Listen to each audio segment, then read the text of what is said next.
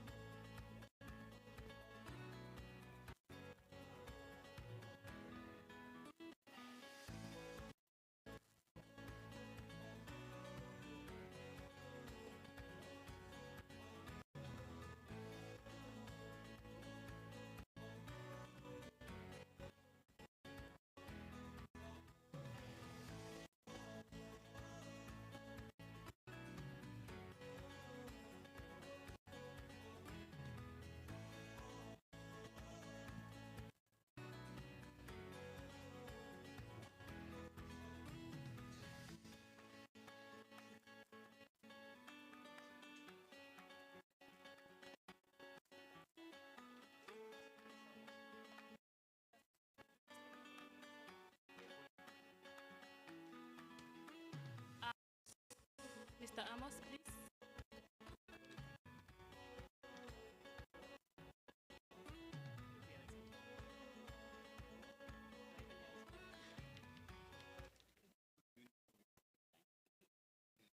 Since I don't have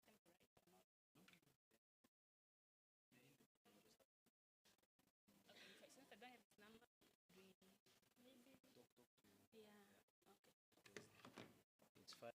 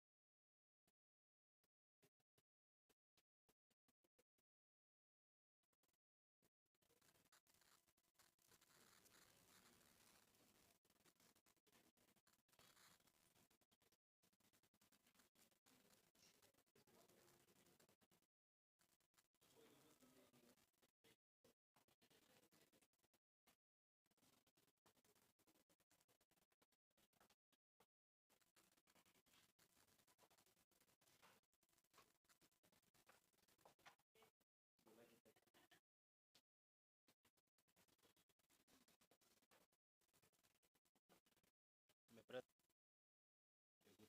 Please connect this for us.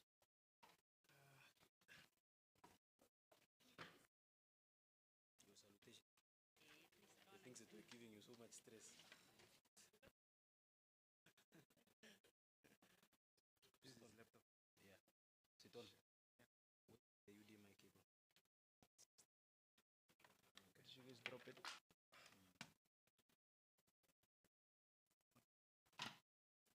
Seems like that. Is he making use of any maybe audio?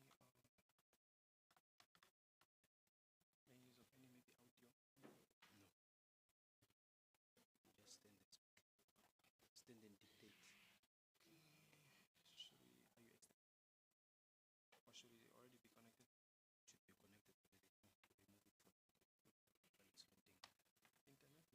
it's loading. Internet? No. No. Come. Don't go. Setting up the other side. Setting up what? Yep. No. That's fine. You set the priority.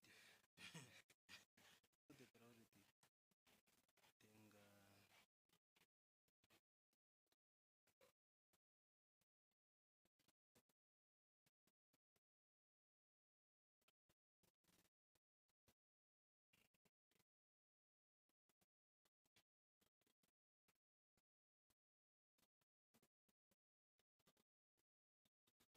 excuse me. I think you have selected everything. Oh, including this one. What's happening? Yeah. That's fine.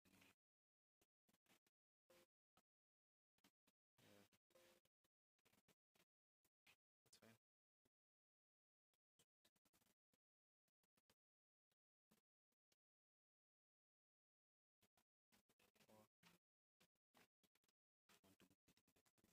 Will it take longer? no.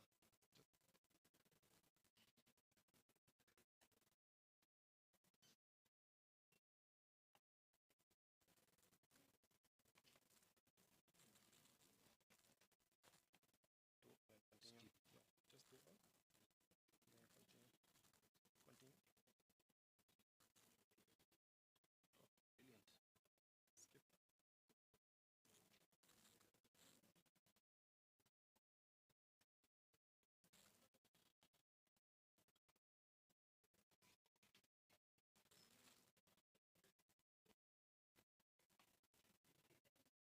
We're looking for the latest one. This one, in public lecture.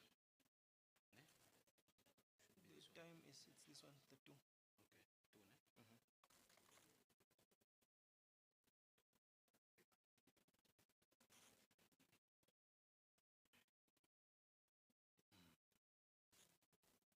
Print. What is the print? We Where's wanna the print print? version? Oh, the blue. Like to play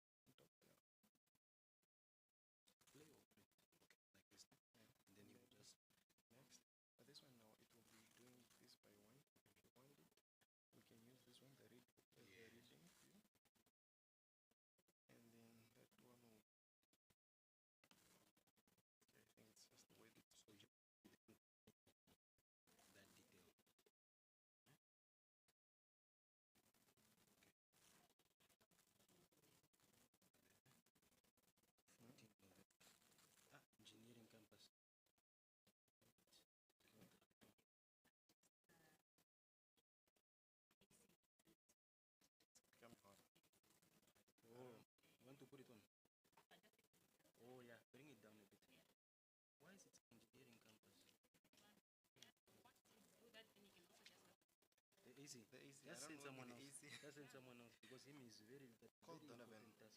Let me call Donovan. But I only see here engineering campus. Go on date modification. Like that, Go no? up. Where's the AC? The AC is here. So these are the latest one. This was done 9 what was? So this is the that's latest one. latest one you guys worked on. Okay. Maybe let's just edit engineering campus. Very good. Today, when we say Southern Campus, no? Yeah, Southern campus. And then today is the 19th.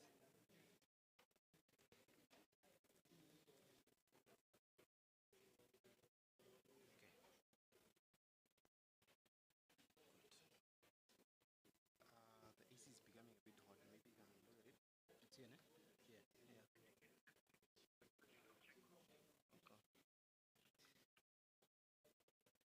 Let's try another one.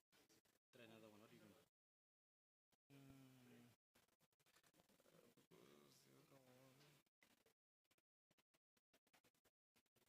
This is just a slideshow. Just the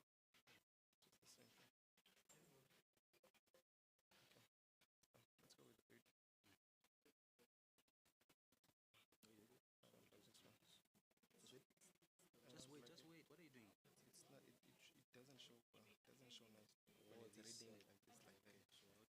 So put do preview. Yeah. Say preview. Like, Oh, okay, let's go thanks. with this one. Like this, no? Should we show? Huh? Should we put in? Yeah. And then you must always remain here in attendance in case he needs any help. Must be somewhere close by here. Should I be this side? Should I be the other side? Should be here, so then you can leave. Exit. You're not in front of these ones. Okay. Connect it. Fire it up. Yeah, it's fine. Okay. I leave it in your hands. So you said I should. And then when he comes, When he comes, you will sit. Okay. You can position yourself there. Then I will direct you. Okay. Then you just come when after she does the welcoming, you will still be there. Once she announces the team has come, then you proceed. Okay. Yeah. So for now, that's it. We are sure that all the officers that salutations and you don't have anyone new. In front here. No, there's no one. His thing is there. No? His thing, the assistant to the vice president. Remember we said we were going to add her. We didn't. What's their number? Yeah,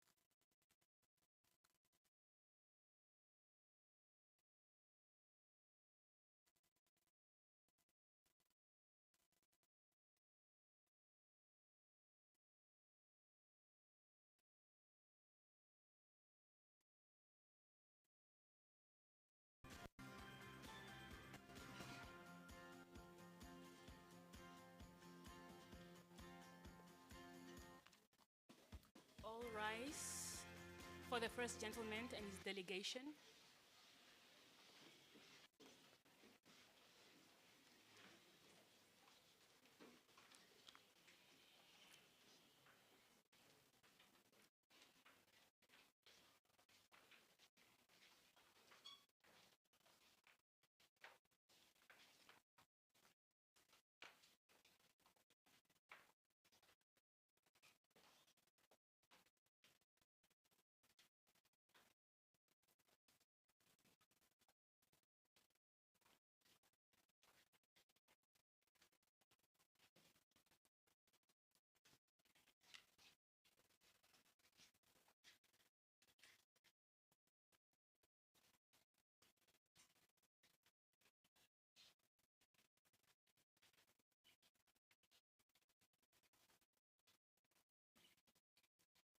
Please be seated.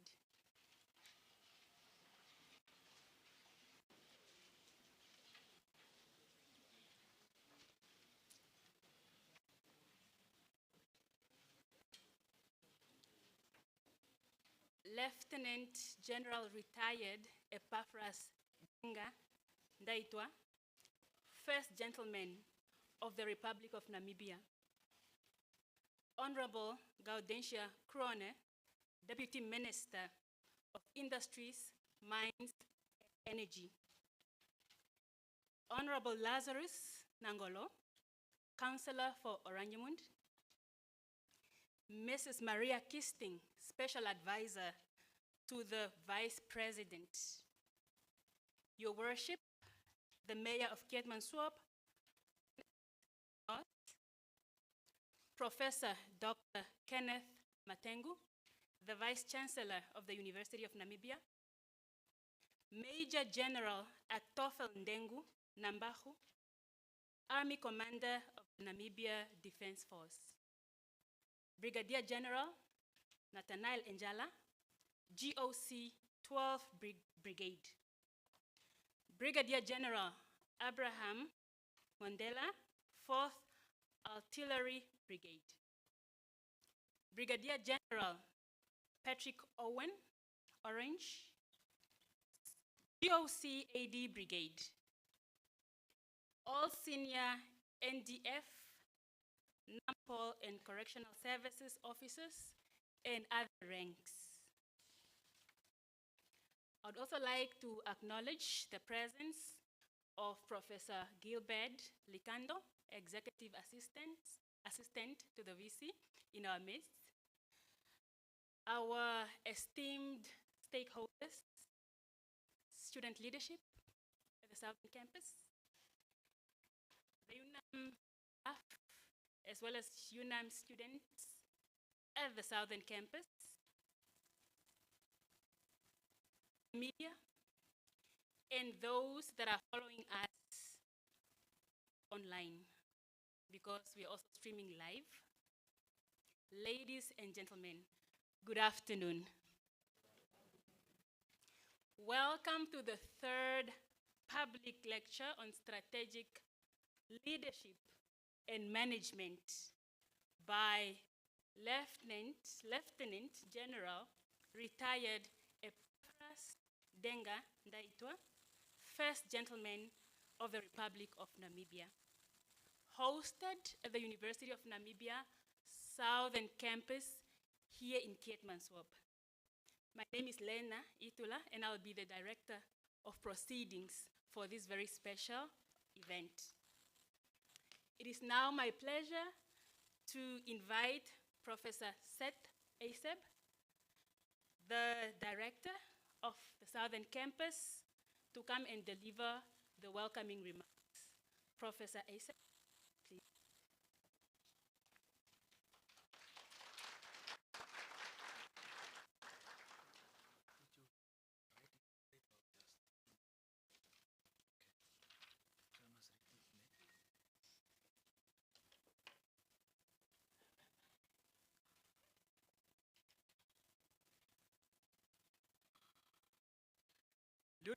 General Retired Epaphras Denga Ndaitwa, First Gentleman of the Republic of Namibia. Welcome, General Sir, in our midst. we are honored to have you as in our presence, and we are honored to look listen to and adhere to your wisdom, and listen to and adhere to the guidance that you are going to give to us, and we will cherish those memories that we are going to experience today at the Southern Campus. And we are also honored to have you not just as a general, but also as a father and husband to look up to as a boy myself, to have you as my own father, to learn from your guidance.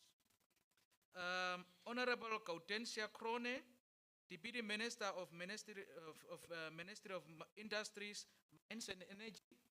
Welcome, Honorable. Ms. Maria Kisting, Special Advisor to the Vice President of the Republic of Namibia. Welcome, Ms. Kisting. Honorable Lazarus Nangolo, Councillor of the Oranjemont constituency. Welcome.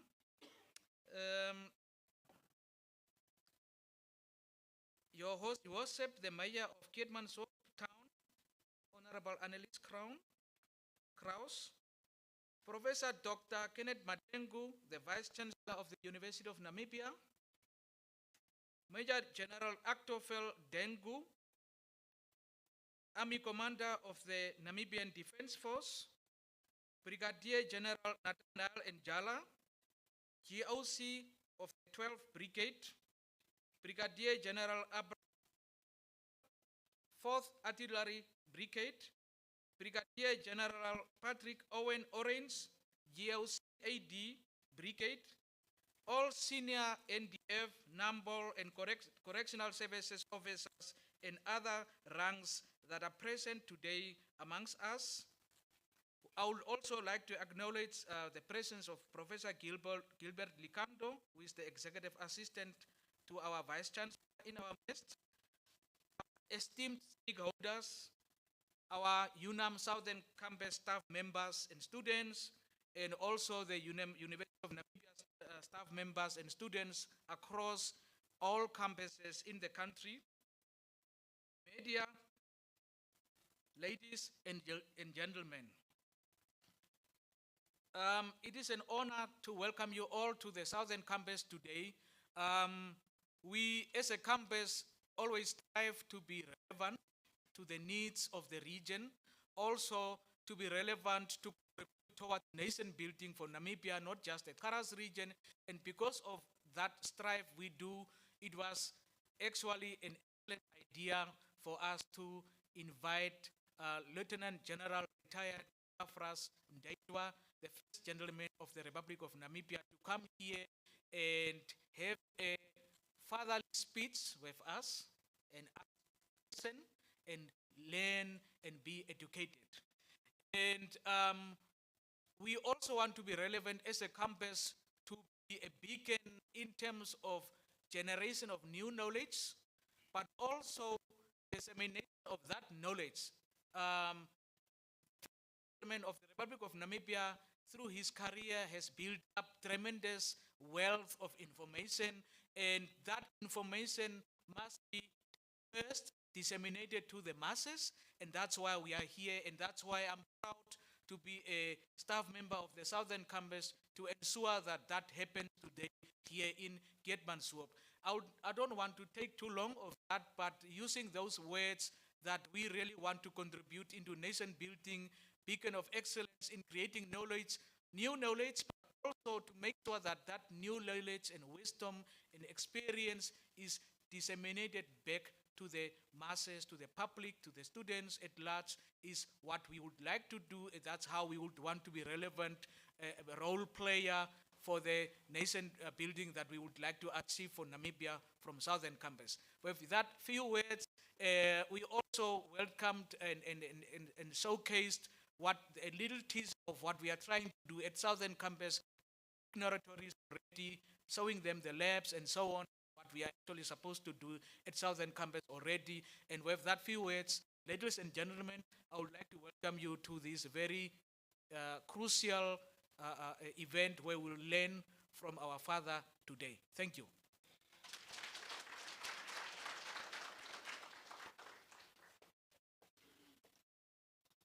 Thank you very much, Professor Aseb, for those warm, welcoming words. We indeed feel at home now. We are honored today to have a leader of such tremendous caliber in our midst. And I would like to invite Professor Dr. Kenneth Matengo to formally introduce our guest speaker. Professor Dr. Kenneth Matengo, please join me on the podium.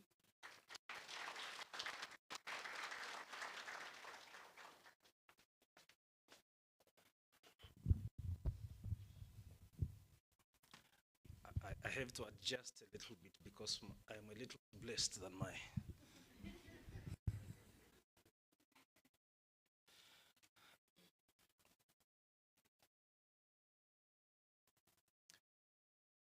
Your Excellency, the First Gentleman and Retired General Ndaitwa, I seek your permission to observe the protocols in the interest of time. Is permission granted? Thank you, sir. Before I introduce the General, let me say a few words. I was going to tease him about the history of the word general. But I know you are very interested, but I'm not going to do that today. It really gives me a great pleasure today to be able to say a few words at this auspicious occasion. It's not often that the university have people of his caliber visiting and having the opportunity to share what they know to the students and the public. And therefore, it is a very rare occasion which we cherish. In the UNAM family, we are about, if you include students and staff, we are about 34,000 of us, around about 30,000 students, and is the staff. And we say in this big family, there must be a village in Duna. You know a village in Duna? Who has families everywhere. And that Induna becomes everything to everyone. He gets the insults, he gets the blessings, he gets everything. But this Induna never suffers, so it is always a great pleasure whenever I come here. I feel home away from home. I hope you feel so as well. So this campus has a particular history, of course, but it's the first time that the first or the spouse of a sitting president comes and addresses us at this institution. So thank you, sir, for accepting the invitation. Today, we are very honored that you are going to give a public lecture on strategic leadership and management. This issue of leadership is one that is crucial because, as we all know, everything rises and falls on leadership. And there is something that is called the law of the lead. If you are the leader and you are not giving space for growth, the tree grows backwards because the space where it's supposed to grow to is now blocked, so it grows backwards. And so I think what the general is going to do today is to not just share what he knows, but also lay the path for us to continue to create opportunities for others to lead and follow that example. I have a particular feeling that the general exemplifies competency and excellency in leadership. And I'll tell you why, because both excellency and competency are defined. We always chase perfection in life, but if you chase perfection enough, you reach excellence. Competency, on the other hand, is a combination of two things: qualification and experience. You may have the knowledge, but if you don't have the experience, you don't have the skill. Therefore, you are not competent. You may have the experience, but you don't have qualification, you are not competent. What the general gives us is both. And here is why. He was born some years ago. After some years, he graduated with a secondary grade 12 qualification. And as a leader should, because what do we say? Leaders are also readers. You can't lead if you are not reading. So after grade 12, he didn't stop there. He did his national certification in public administration at the Polytechnic of Namibia. He did a national higher certificate in public administration, also at the Polytechnic, and a national diploma in public administration at the Polytechnic of Namibia. After that, he went and did his master's degree in strategic studies in the year 2000 at one of my favorite universities in Nigeria, University of Ibadan. It's a very influential university on the continent. He's called general for a reason. In 1974, he did his elementary military training in Zambia and Tanzania. And he became a company and battalion commanders, or he did the company and battalion commanders course in the then Soviet Union, the USSR, in 1977. That was a year before I was born. He did 1-year diploma in general military, Army Staff College in Yugoslavia from 1981 to 82. Then he did intelligence course in Yugoslavia in 1982, a certificate of senior command course in India in 1991, a 1-year certificate at the National War College in Nigeria from 1999 to 2000. Then he has done several other certificates on various courses, seminars and workshops on different topics. That's now the qualification side. The experience side, he joined and participated in the War of Liberation struggle since 1974 to 1989. He held a number of posts and appointments during the War of Liberation and served as a member of the Planned Military Council since 84 to 89. At independence, he was appointed as the first military assistant to the Chief of the Defense Forces at the rank of Lieutenant Colonel in 1990 to 1991. He was appointed as the commander of Combat Support Brigade and promoted to the rank of Colonel in 1991 to 1995. Then he was promoted to the rank of Brigadier General and appointed as Defense Chief of Staff Operations, Plans and Training from 1995 to 1997. Then he served as the Deputy Army Commander from 1997 to 2001 before he was reappointed as the Defense Chief of Staff Operations since 2001 and then promoted to the substantive rank of Major General in the year 2000 until 19 January 2011. General Ndaitwah participated in the DRC war campaign as SADC Deputy Allied Force Commander and Commander of the Namibian contingent.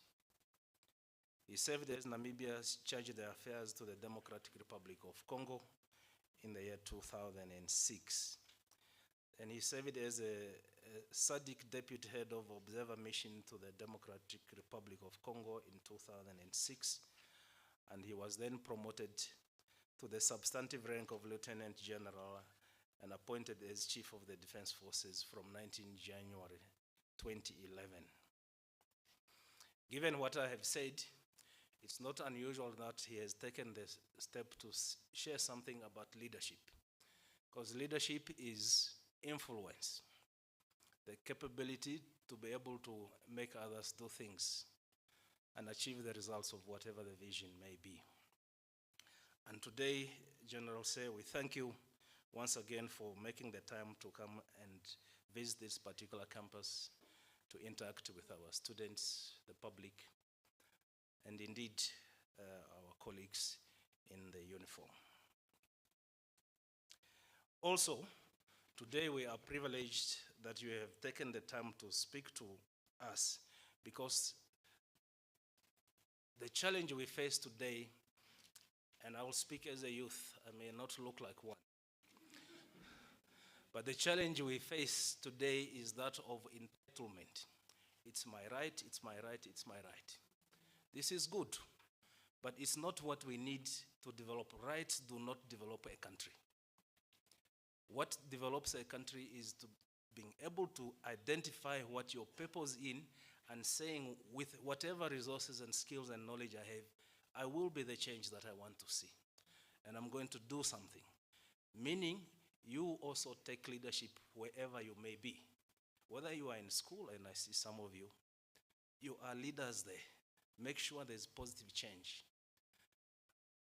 I think there's a lot more that the general can say, and therefore with this, may I invite you, sir, to come and deliver.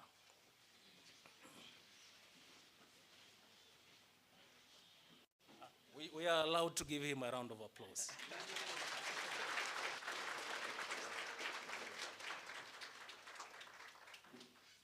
Is that enough? Okay. No, thanks so much. That's enough now. Please get seated.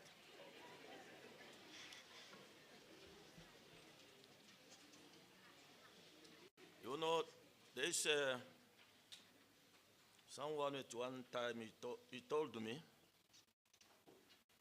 that if you find somebody doing like this, and after that, he must be from Okongo. That's my village. Therefore, I have just to do that.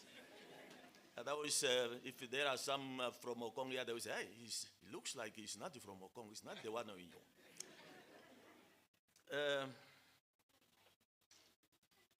Thank you very much indeed, Prof.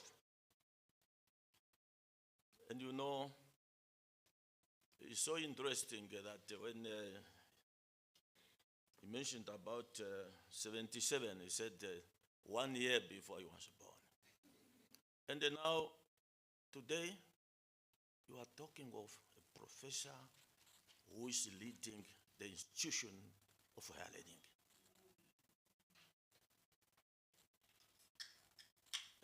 Before I came here, before we enter here, I was introduced to some labs here. I couldn't believe you are in Namibia, because it was so interesting. What also added value to that interesting part of it was a young doctor who was introducing me to that, who is a product of UNAM.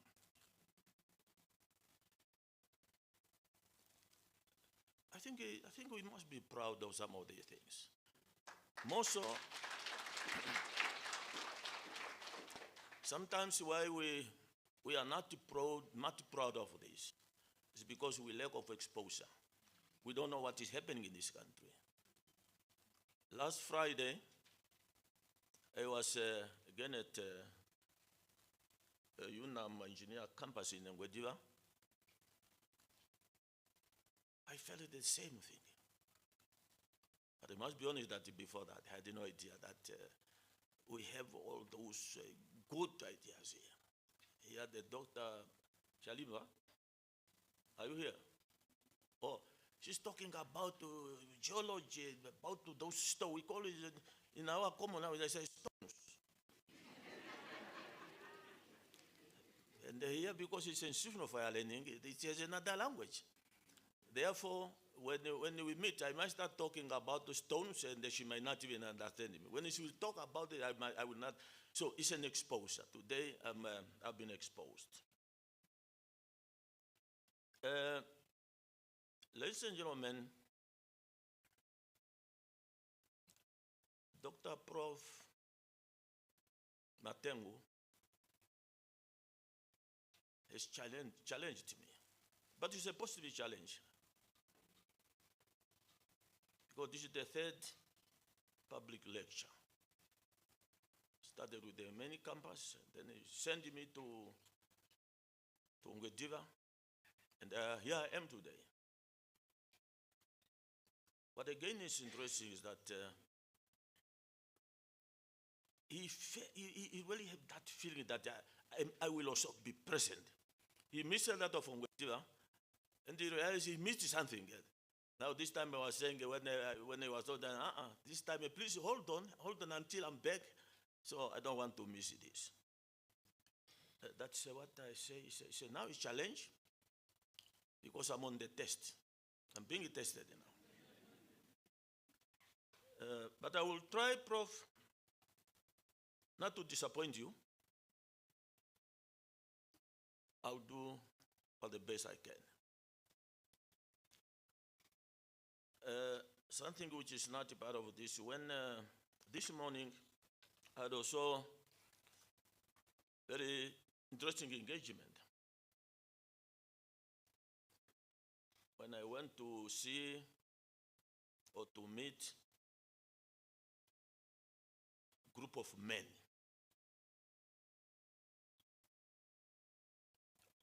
on what they call International Men's Day.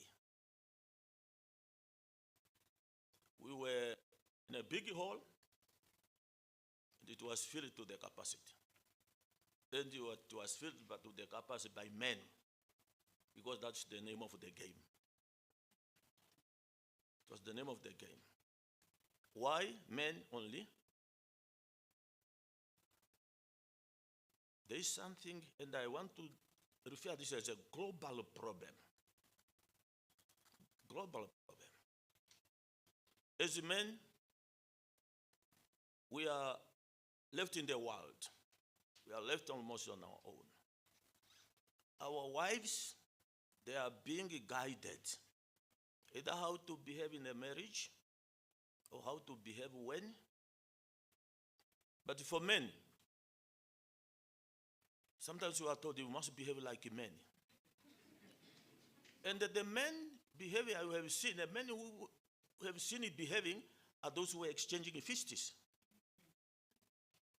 So you must behave the same. You must also start exchanging fists. If there's no men to exchange fists, then you go to women. That's how you must behave like a man.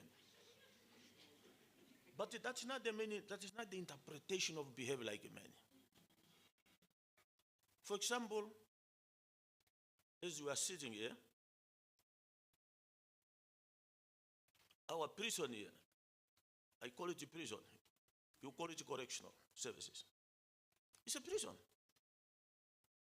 And if I wish, if I had the chance to say it must be prison, because it might stand that the majority of us sitting here, we might not want to go to prison.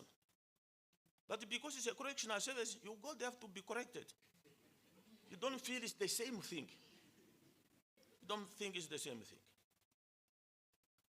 The point why I brought in the element of correction services, the space now here is filled by 88 bodies. I'm not talking about the dead bodies, but the souls. 88. Guess what? They are all men. They are all men. 88, and there's no single lady there. Now, it seems want to say prisoners are meant for men.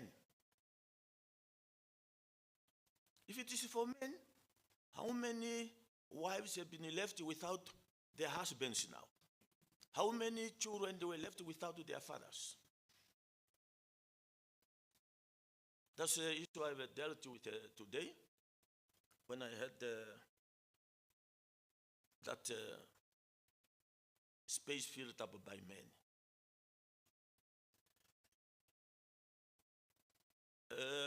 Today I'm glad Prof, I'm back to this institution of learning. And I'm also glad that I'm also joined by members of the NGF. I have 4 generals here in front here. 4 generals. And of course, the others. The police, the correctional services, and then of course, the rest, particularly members of this institution. I was then asked by Prof to come and talk about strategic leadership. Initially, it was leadership and management. And I said, I can't talk of leadership and management in an institution of higher learning. It is a strategic institution. I must alleviate also the qualified. But when maybe I'm going out there for smaller whatever, I might just talk about leadership and management.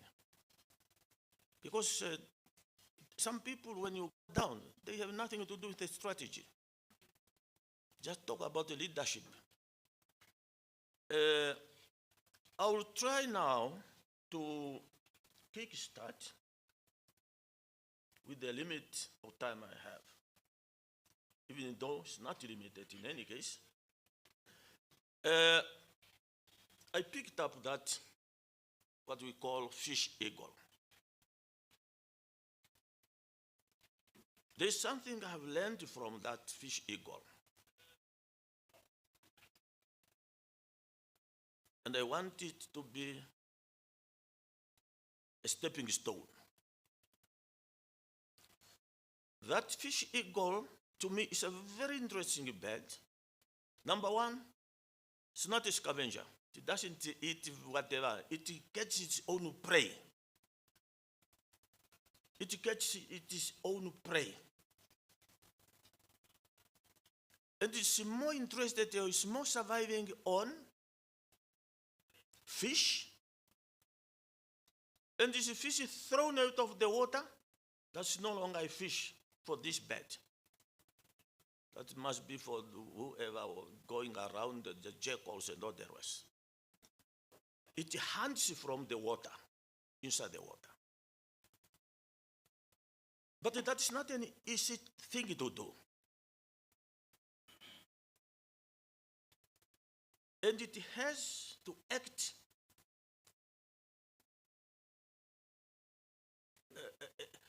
when it looks at this, when it identifies the fish, so many activities will go at the same time.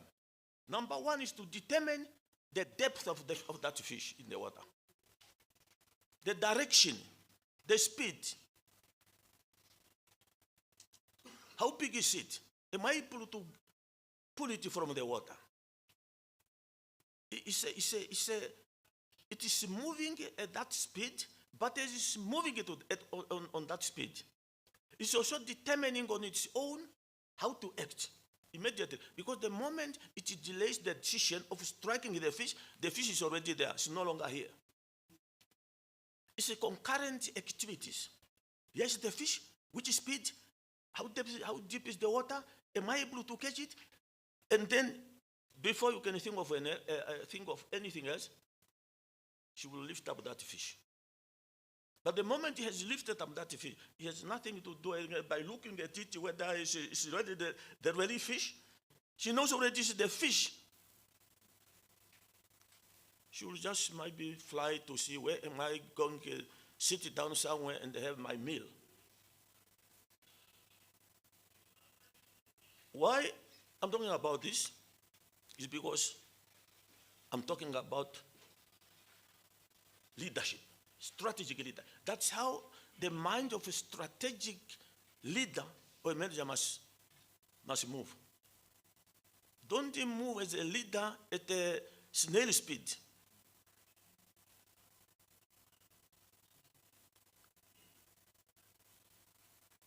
Like I said, I want this fish or eagle to be our springboard as we move.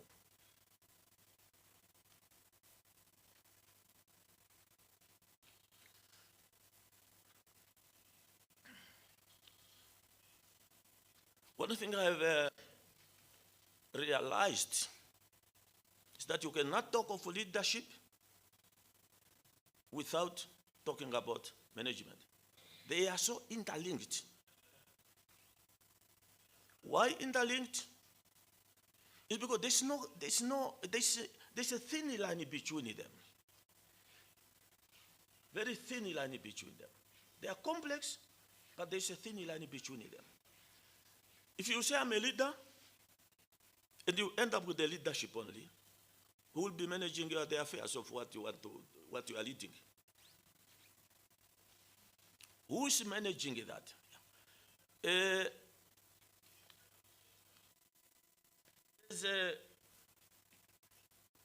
There's a thin line, like I said. Therefore, you cannot separate them. It also happened that a leader, Prof here, is a leader of this institution of higher learning. But he's not only leading, he's also managing. He's managing the affairs of the institution. While entrusted us to the other professors and doctors, he must not go to the extent of saying, no, in any case, I'm just a leader, so let managers do that. He is doing both, leading and managing. I'm wondering whether you will find anybody within that space who is only doing one and not the other. Take it as one example from our structures of the Defense Force. You have a corporal who is given a responsibility of 10 or 12 personnel or soldiers. Down there, that corporal with 10 people is both a leader and a manager. He's leading his section and he's also managing the affairs of his section. The Army commander here is leading and is managing at the same time. He cannot leave the management. He cannot say, I'm the most senior, so this is the line. Be there. That's not how it works. Strategy itself is an art and a science that required not only different ways of thinking, but it needs an analytical approach.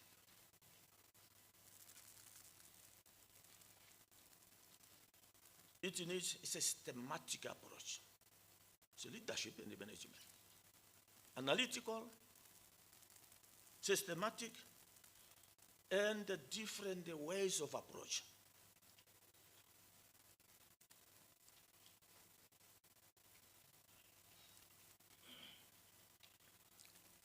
One interesting thing within the strategy is not a one size fits all. You know, today, most of the caps, regardless how big your head is or how small, you just adjust. That's not a strategy. Strategy is not one size fits all. Strategy is about tailor-made for a specific problem. And don't ever try to come up with a strategy before you have identified a problem.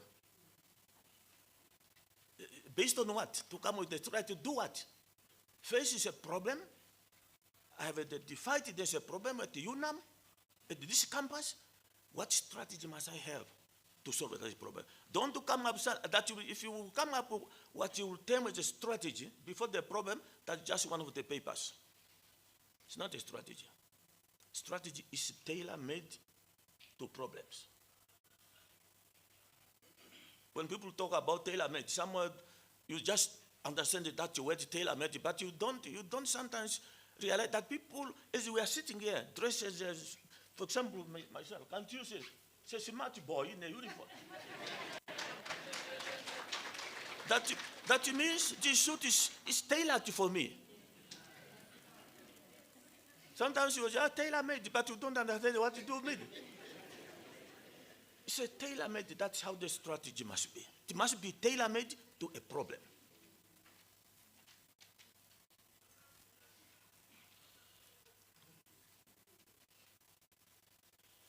Strategy, leadership and management are therefore broader spectrum of arts and science that would require a wider spectrum of deliberation or deliberating in order to cover the range of issues. I don't want to spend much of time explaining all this, but I will now go to,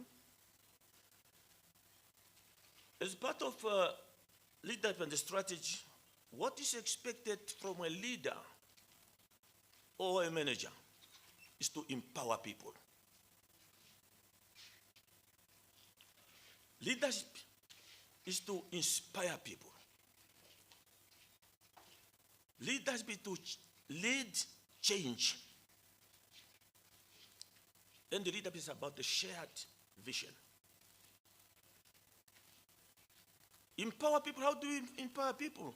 Professor here made, let me say, made the right thing to invite me here to try if I can empower you with something. Well, there we have some people who have a phobia of sharing their knowledge. A phobia. Sometimes you feel if I will share, something will be taken away from me.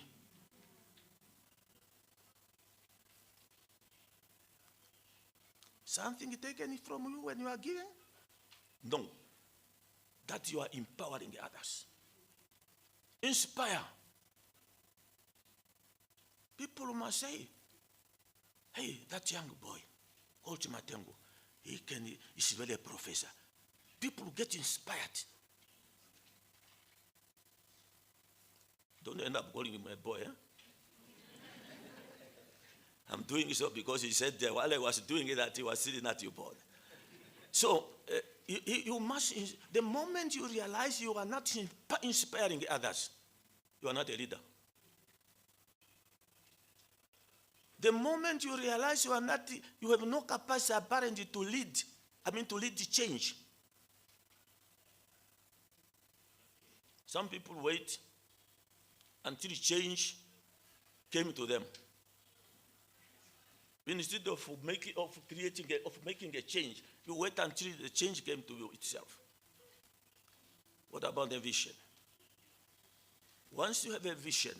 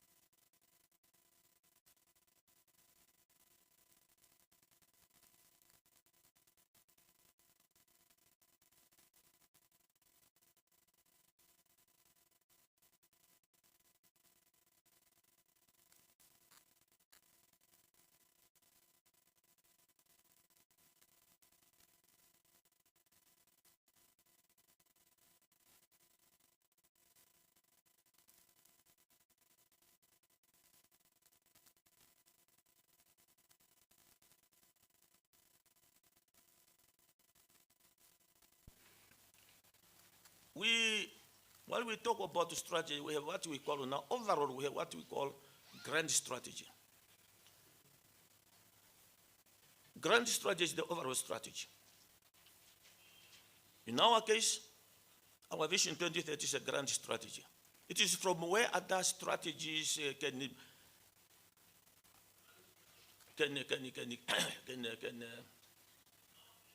yeah. Now, when you talk about the grand strategy, what are those areas you are interested on? The finances, the finances for your country, economic, the country, industrial, demographic, political, diplomatic, psychology, and of course, the military. Those are, it's not, how do we call it? It's not all inclusive, but that's just to tell you, when you talk about, to look at the grand strategy, those are some of the areas critically one has to look at. You want to understand the finance of the country, economic, the politics and the diplomats and the military.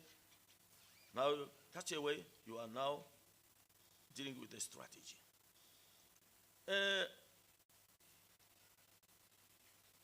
You know, when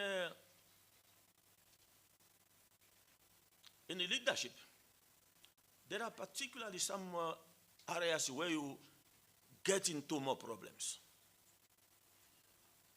As we are all here, we have been attending different courses. But from day one, until 1 week or 2 weeks or 1 month, you'll be struggling. Just understand that. But after that, towards the end of the course, you might want the course to continue because you have now opened up. That means always at the beginning, that goes with air objects.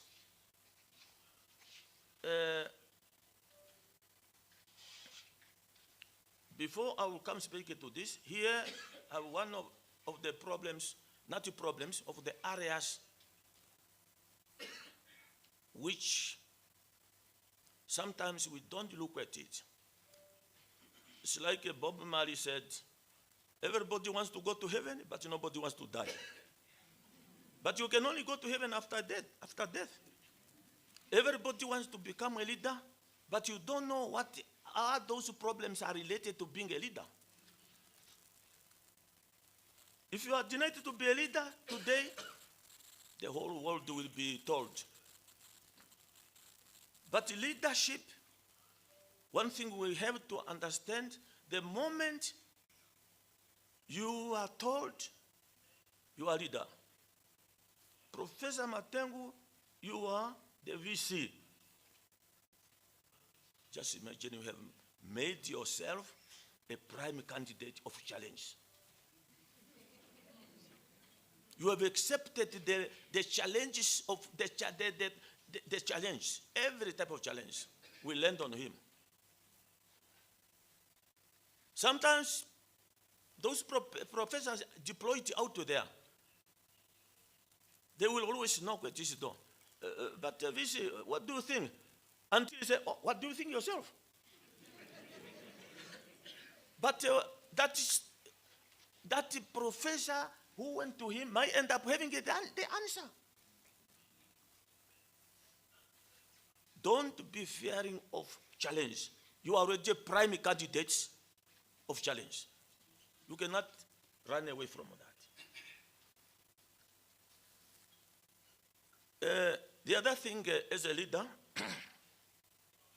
there's always a value attached to you. A value. There's always a price tag attached to you. Let me call them boys. These boys who are generals today.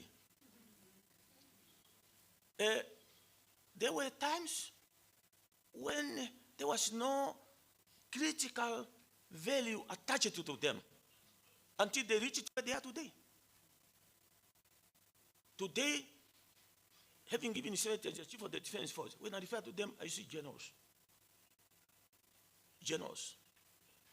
Because I understand the value attached to them. Professor here is referred, you don't simply say, Matengo. There's a value. There's a price tag attached to him. It's no longer the same Matengo you knew. He's a professor. He's a VC. I'm not too sure when the last can you remember he was just referred Matengo. Because some of us, even within our own families, we are referred to dad. Because your children feel you have that value. Not simple, hey, Denga.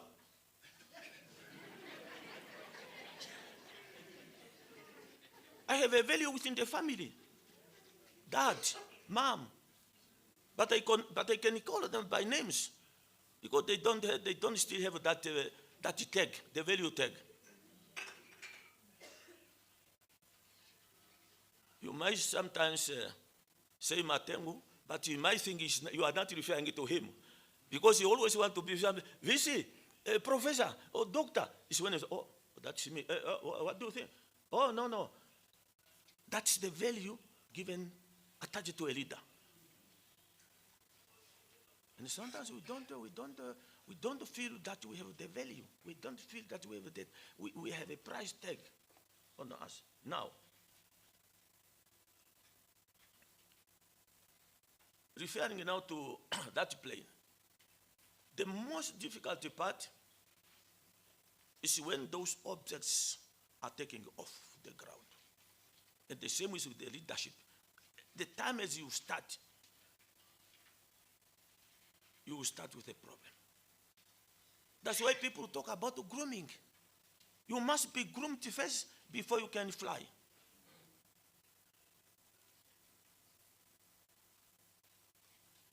In the history of flying objects like this one, in their history, in most cases, the crash at taking off or landing. But when they are up in the sky, hardly might be in the history of planes, unless if it's something serious. That's why you find sometimes they can even fly with one engine while it is up in the sky there. But the problem now, how to land with one engine. Number one, the balance will no longer be the same. When those guys, they call pilots, when they're up in the sky, you will find them playing cards. They think it's an autopilot.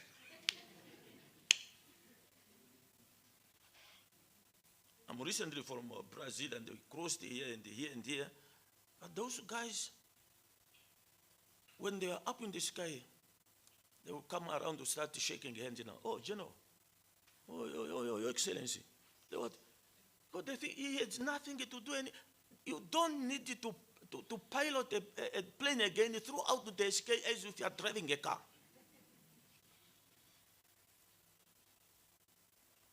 Hence, when it's up there, you have now negotiated with this one. You will only now negotiate with the landing.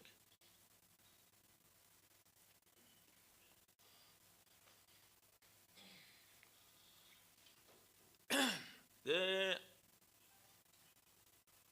was a time when the world was divided.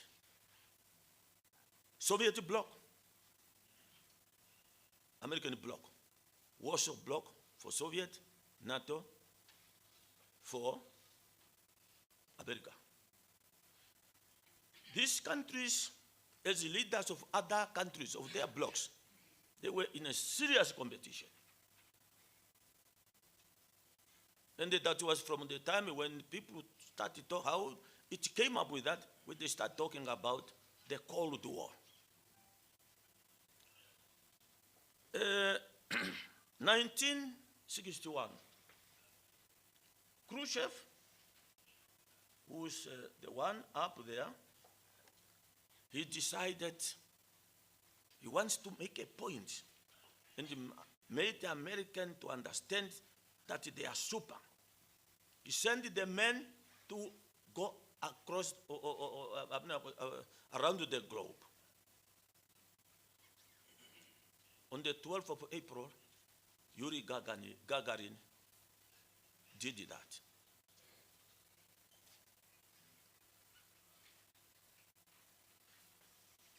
Then Kennedy, Jeff Kennedy, who was the leader or the president of America at that time, when one morning he woke up, he was told by his administration, have you got the news that the Soviets have gone around the globe? What? They've gone around. That means we are lagging behind. Then say, something must happen. What is that something? He said, we must send somebody to the moon. They went around, you must go up to the moon. Of course, when a leader has spoken, you want to understand, what do you mean? How? With what? His people was now asking. Even asking it, why to the moon? He was having an answer. He said, I want us to go to the moon because that goal will serve to organize and measure the best of our energy and the skills. That's the answer.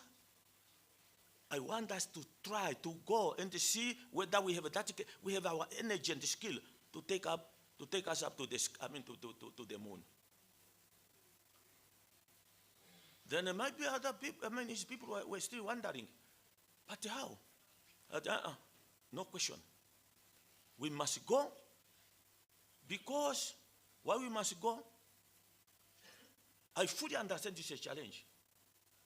But it's a challenge that we are willing to accept.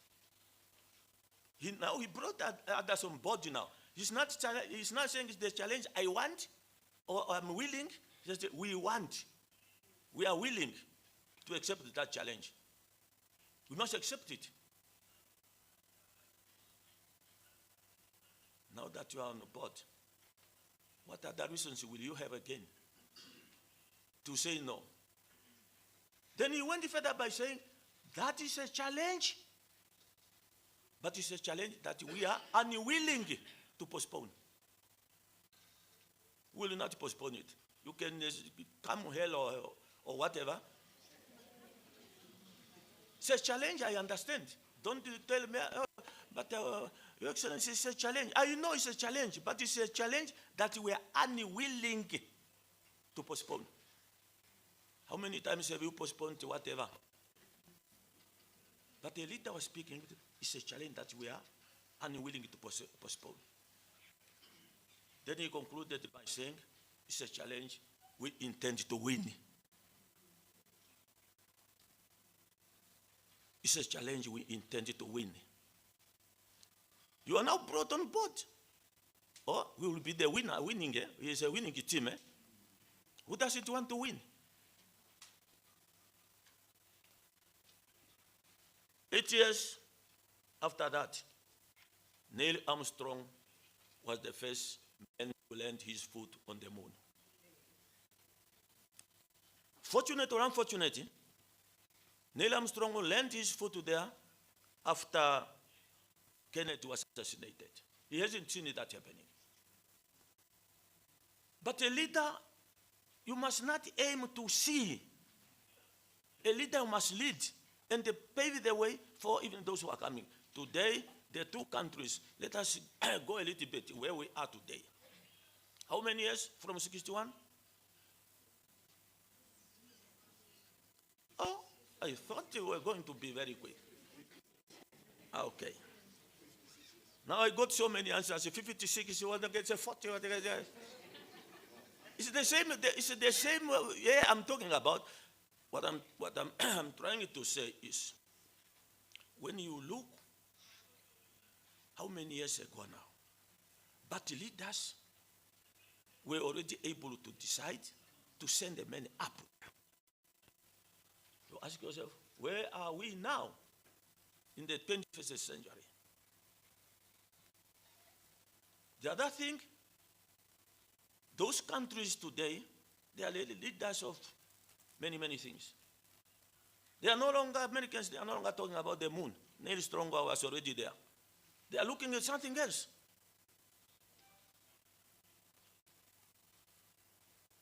That is how a leader works.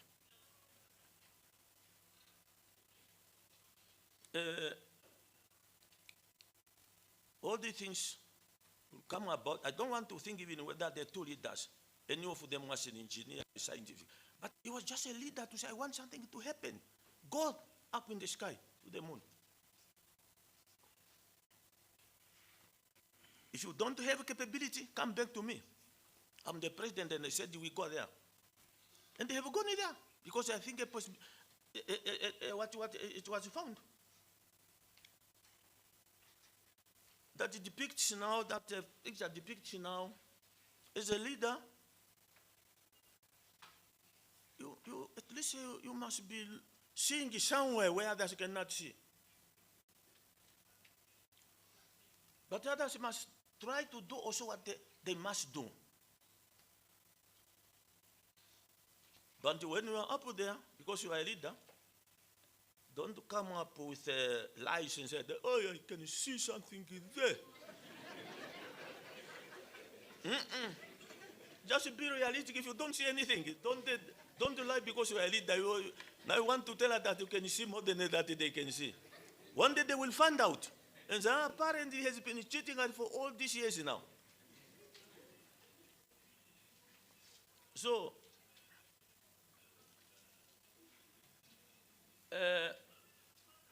like I said, you talk of leadership and the management in that wind. One scholar said he was not trying to come up with a little bit of differences. He said the leadership, in my view, that's now Kobe speaking, is about doing right things. It's doing the right things as a leader. If the leader is expected to do right things, what does a manager do? He must do doing things right. The right, they're doing, all those ways, they are all there. No word is missing. But they have just played around with them. This must come first, this must come last. The whole idea here of doing it right and doing the right things, the professor, who's the head of this institution, the right thing he can do is to have even a clear direction where he wants the institution to move. That's the right thing he can do. Because the institution is so big, there must be those who must do now things right.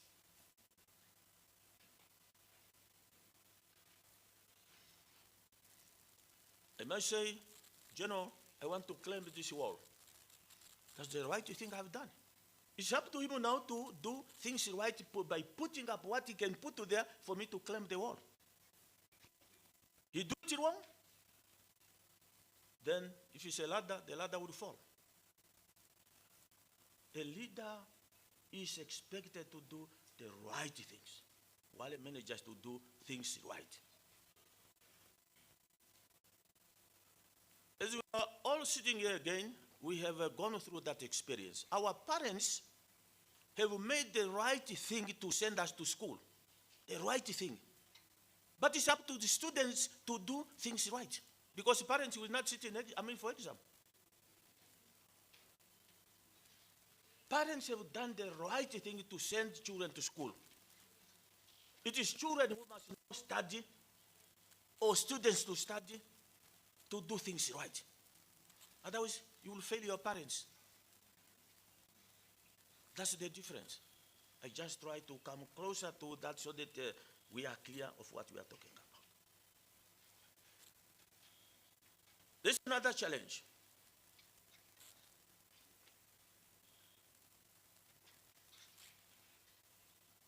You know, I will always refer to Professor because he's the one who invited me here. Either for two reasons, either to not to invite me or to say, I think you must still come. So those are two things. You know, Prof as a head of the institution, having done things right, he must now have people who must make people or getting people do what needs to be done. It's not necessary for him to make people any further to say, are you doing that? There must be people there. In the military, again, we have what we call chicken parade. Chicken parade, you have those lower ranks. Every Thursday or whatever day, you took your soldiers to pick up every piece of whatever on the ground. This is chicken parade, we call it. We understand our own language. Don't say what does it mean. We understand it. Because we have been doing that for time immemorial. That means you have a commander somewhere there who is making or getting others do what needs to be done. The other complex part of it is leadership. Leadership is about getting people to want. Professor must not run around because you do not want. People do not want. People must be wanting to do that, what is expected of them. And so, the job will be very easy. Because everybody is wanting to do that. But it will not come on its own. It will come through leadership. If your leadership is weak, you will not make people to want. You will not make people to want. You will always struggle with the first one, getting people to do what they must do. To want is critical. One example. During the first Gulf War, one American general called Schwarzkopf, he was made to lead close to 1 million soldiers. I'm not talking about equipment, soldiers, about 1 million. The complex of about 1 million soldiers is because they are from different countries with the different structure, different cultures and the traditions. But he was made to lead them. Then during that lead, he realized something. And he say, leadership is to get people to willingly do. You are leading some soldiers are from Arab countries, some are from what countries, some are, but he realized it's a challenge just to get people to willingly. To willingly. It's not an easy thing for soldiers to be willingly to get into combat. Because getting into combat is to kill and get killed. I'm not talking about these periphery injuries and the capture, you know. Talking about the really thing. You kill or you get killed. But after you have engaged, deployed in a combat, some will die, but the rest will still say, guys, we soldier on. And the soldiers will soldier on. Because they are at the stage of willingly to achieve what they must achieve. But if they were on their own, this 1 million soldiers, if they were on their own, I expect them to get in. I'm not talking about churches. I expect them to go in a battle and get out, some get killed and they go in. On their own, no. But because it's a structure, there's a leadership, they are doing so. They have done so. And I think it also happened even, I said in other churches, but it's also happened with the church. That's why we have some churches who are regular. They always, some will be killed, some will be arrested, but the rest will still come together and say, let us do it. Because they are willing to do that.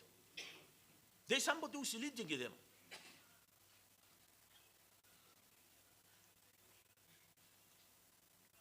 Leadership is about capacity and ability to lead.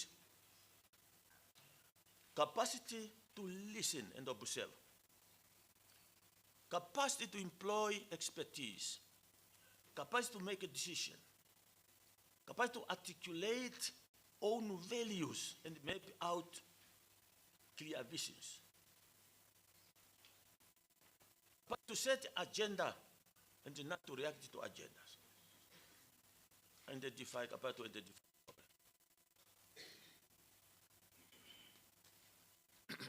Some of us, as we are sitting here, I guess, we are leaders. But do we have the capacity to lead all of us as we are sitting here? Not all of us. Only that you want to claim that no, you can lead. But it makes a difference. Leading is something else. We cannot fill up the whole of this space and then we all can lead. There are some leaders who do not listen. The moment the meeting, if it was a meeting, then okay, the moment you start, okay, no, I got you. I got you. Next. How can you got him before he has spoken of anything? In any case, you gave him a floor, but you never gave him a chance to speak. You say, no, I got you. Next. You must have that capability and ability to listen. You must be able to employ expertise. Experts are there. Employ them appropriately. Articulate own values and map out visions. Set agenda. Don't wait for agenda to set it for you. You are the one who must set the agenda. Identify problem. How can you have an agenda meeting today and there's no problem to discuss? You call to the meeting. When you sit down with the chair, you are looking at the people's faces. And they are the one who called the meeting. You want to ask, anybody wants to do, identify the problem and, of course, initiate change rather than managing change. That's the leader.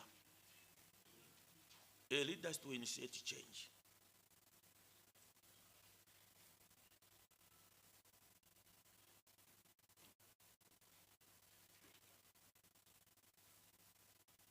A leader, strategic leader must have the ability to translate strategies into action. Strategy is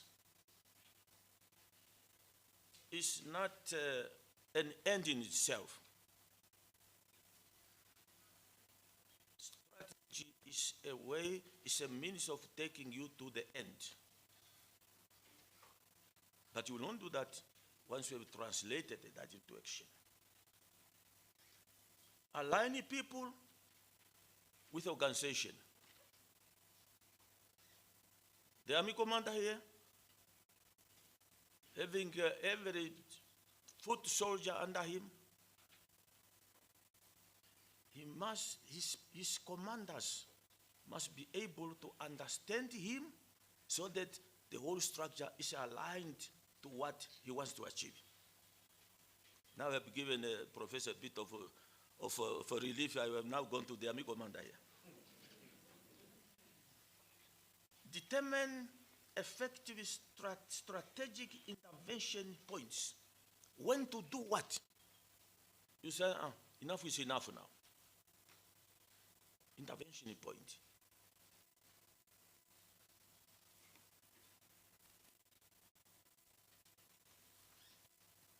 Developing strategic competencies.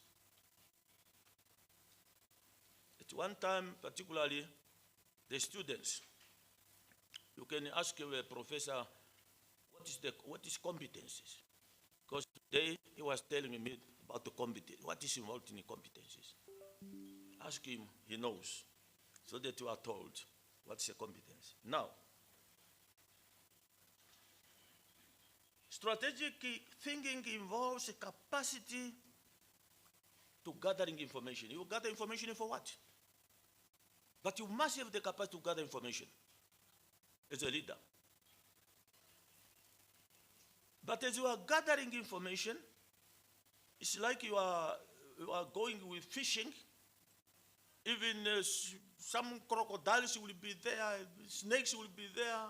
It's a question now, after you have gathered that, you filter that information. Because some information you have gathered may not be necessary, either for the day or not at all. You can now filter them.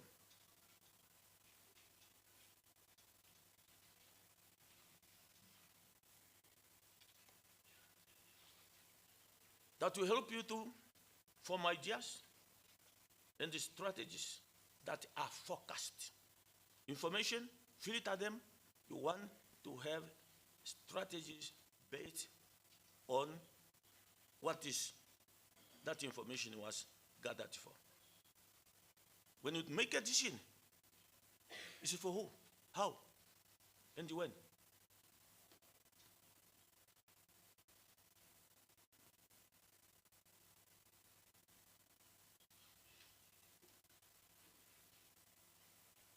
Leadership, again, is about innovation and making a change. We have already spoken about the change.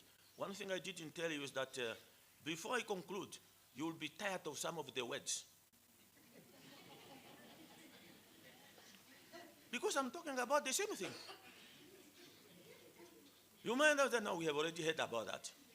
You will hear it until I say, I thank you.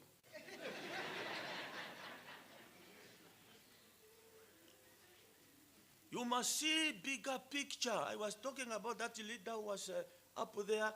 See the bigger picture than what others can see. But don't lie to others.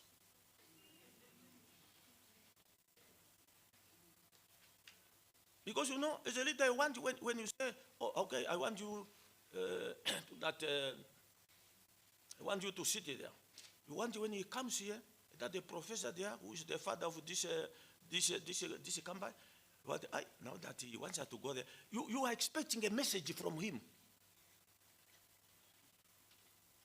You are expecting a message from him. Because he was seeing where you can, I don't look at the height. But he can see the thing louder, he can see more than the other taller guys sitting here can see. Because he's in charge and he must think outside the box.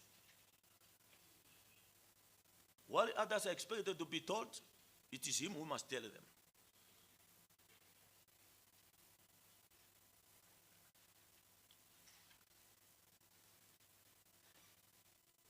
Leader must be future-oriented. You find some leaders, they can see as far as their palm of their hand, not even beyond the wasina. Must be future-oriented. Project yourself somewhere there. When you come and tell people, don't tell people of things you have collected from the newspapers. We have also read about that. We read about that. Come and tell people it must be evidence-based. That's why in the academia I talk about research. People want when they come here, he's talking about the things that is researched based on evidences. Sometimes you laugh at MPs in the parliament. They collected this from a newspaper, thinking that maybe you and me, you haven't read about it. They said that, I want the minister who to answer, because in most cases they are shut down and say, why don't you verify that? You're supposed to verify it. if I could be there, I would say, you ask me, I will sit down.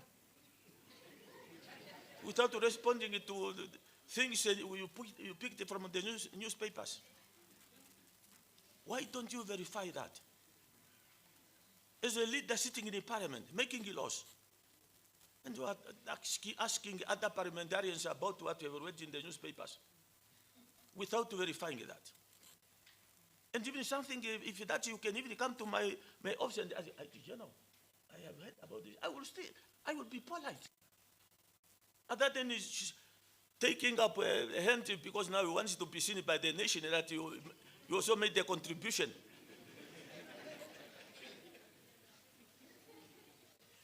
Get things done, straightforward. Opening up new horizon. New horizon. Don't say that's how we have been doing it. Prof, this setup institution is during your term. You know, that's a horizon. When he came, it was never here, but he looked beyond and said, I want to open up a new horizon. Because things are developing, particularly, there's something that this institution is concentrating on. And he has expanded the horizon. He's a leader. Make it good partners. Some of you don't partner with the right people. You simply partner up. What do you do benefit? Get the right good partners. During the briefing, I was briefed and I was saying, no, this is what it's a lab, who helped us. Those are good partners. You just want to partner up with me while I cannot help you anything. And sometimes I cannot even get anything from you. I will reject that partnership. Make good partners. Do right things. That's a leader.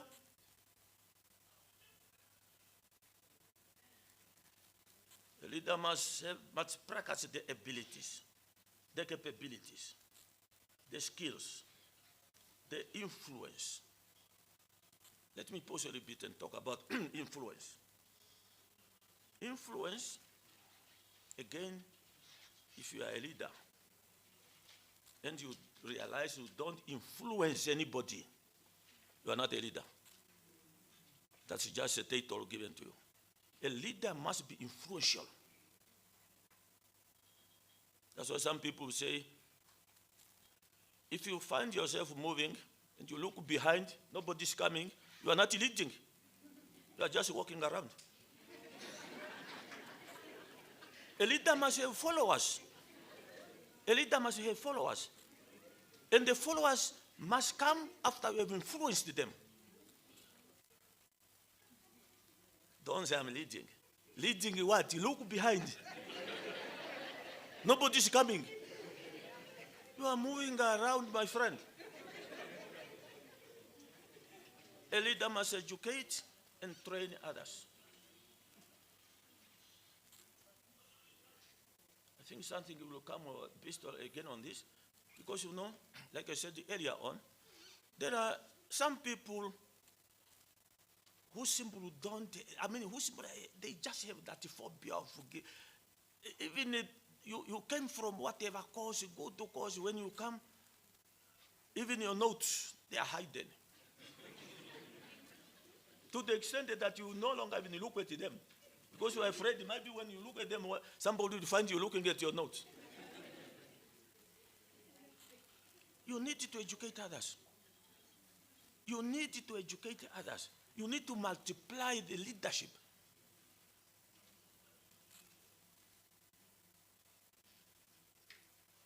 I said nothing will be taken away from you when you educate others. Kill that phobia. It won't take you anywhere.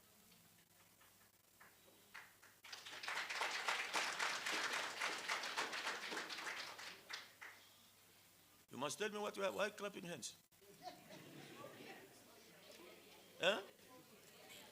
The phobia. Let me know. What interpretation are you making on that guy? What interpretation are you making? Eh? Blind. Well, let me, otherwise you will take much of my time listening to you. You know, people used to talk about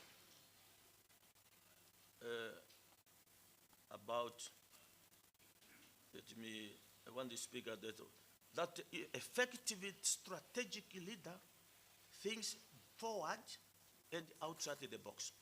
If you are a leader and you find yourself like that, mind you, the whole of your thinking, it is within that box. That's a literal interpretation of a thing outside the box. If you were all born within this space, here, the only thing we can think, the border is here. The border is only here. We might not know that there is something outside there. If we could marry, we will only marry to you. Because you will have no idea that there are more beautiful girls out there.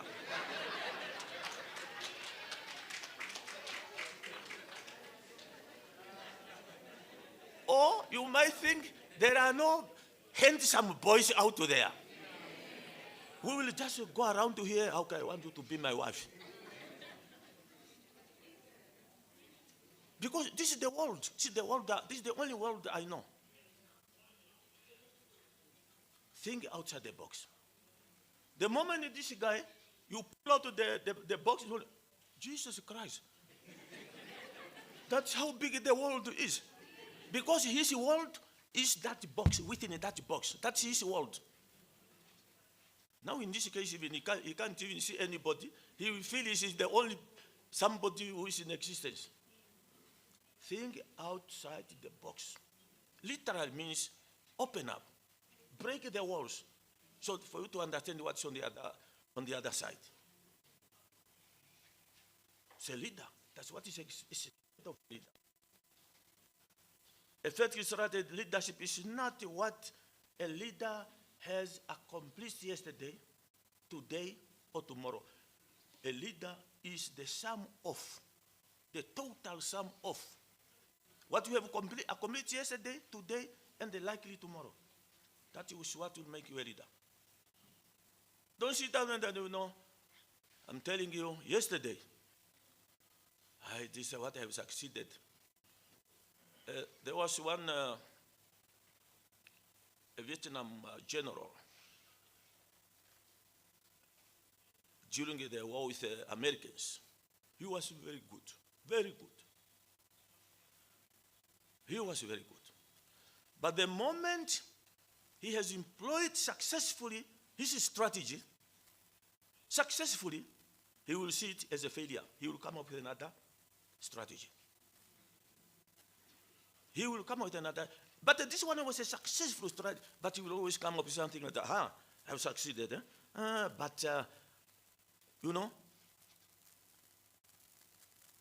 Therefore, don't claim what you have achieved yesterday or today. Claim what the whole sum of what you have achieved.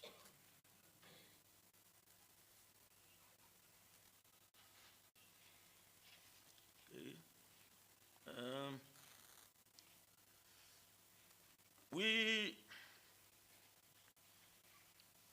We have also another leader here. Covey is a scholar who said, highly effective people are proactive.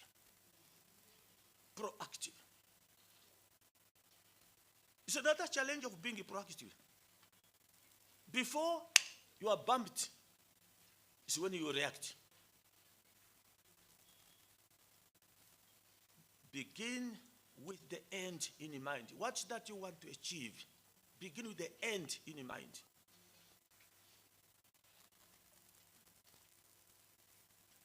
Put the first thing first. Don't try to put a cart before the horse. a cart before the horse. No. Put the horse, because the cart will be pulled by the horse. Don't do it the other way around. So no, I've been always having the horse, the what? That is That's how it must be. Put first thing first. Think win-win.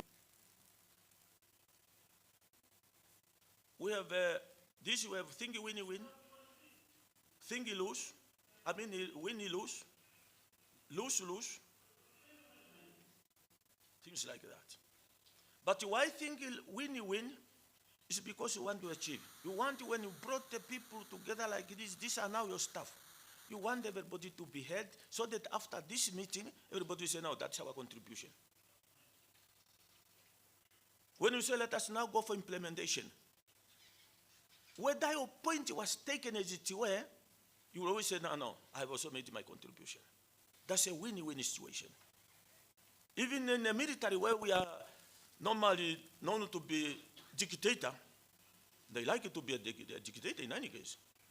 It's because, but during the meeting, you first want your officers to because you want to get into operation. What are your views? But the good of it is that as a general, you are the one with have the last say. That's what we call win-win situation.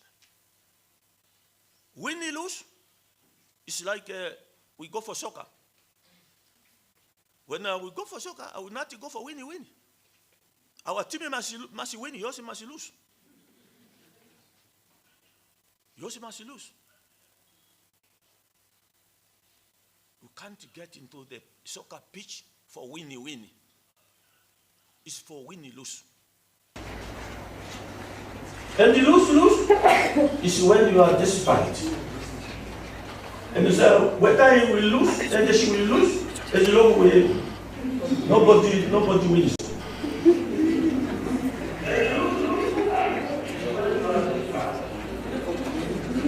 What is that now? Oh, I see. Now, there was a story, whether just to justify or not. There was a story of lose-lose. The family was divorcing. Maybe they were married in a community of property. How they had to decide now to cut between the parts now, cut from the children, of course, the Nazi party, cut the children. But the things were not enough. Then they started with something that they were not getting it right. It was a record. But that family was so desperate, then they decided to go for lose-lose. Let us just sell this vehicle on $1. So that you get your 5 cents, I will get mine. And then it was sorted. But it was sorted on the base of lose-lose. Because they wanted a solution, but they were not getting a solution. So they went back and said, no win-win here. Seek first to understand, to be understood. I said, don't say, sit down. I got you. If you want to be understood, understand the others as well. Synergy. I used to, I like to give you the what's the name of synergy. No, it's not what I, no, we go to the last part. Sharpen the soul. The soul. Do we all know what is the soul? If it can no longer do the work, sharpen it. If you feel you are tired, because of the hectic of work you've been going throughout the year, go and take a break, rest, take it in. Like we are not talking about for December, the majority of us will take it. But I must tell you, the majority of us, black as we are, as we are taking it in, we are going to work more harder. will come back and not having sharpened the show.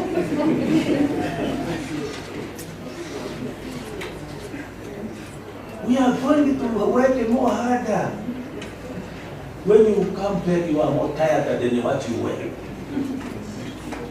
Sharpen yourself so you are ready to go and take a rest. Take a break. That's why some of our particularly white communities, during the time we are into now, you find them at the coast, relaxing, fishing, they are sharpening the soul. When they will come back, they are fresh again. While we are damn tired. And now from January, you have not time to sharpen the show until December again to get more tired again.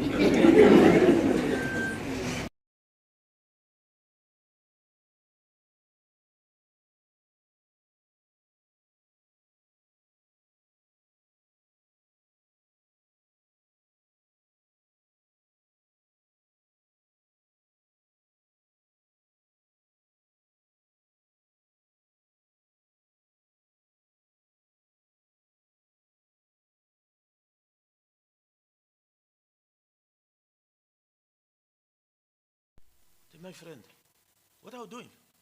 I'm sharpening my teeth. Why sharpening them as if there is this danger? There's no danger. Because maybe folks wants to have a meal on it. I'm sharpening it because I do so for good reasons. If I'm surprised by danger, which you said this is not danger. If I'm surprised by danger, I wouldn't have time to sharpen them, but they will found ready to do their job. It's a proactive. Now, I used not to ask you, if this damn thing can sharpen, can it be proactive? Why a human being cannot be proactive? Why don't we see the danger that there's a likelihood that at one time there will be a danger and get prepared for that danger?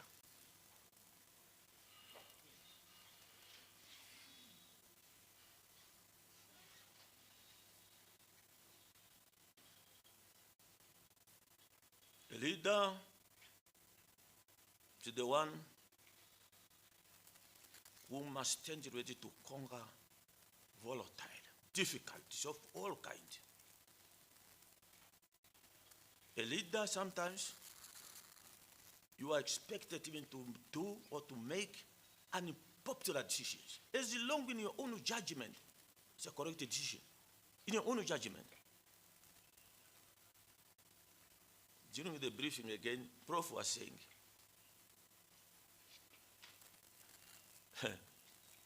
setting up even this thing, it was not easy.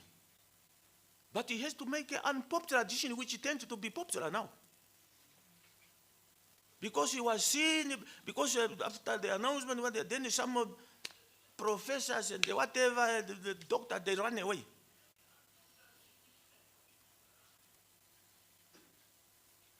But after that, I think even those who were, because he said he was even in trouble with the minister. But today I think that's the minister. I said, hey, that Professor Parry, he was seeing farther than what I can see.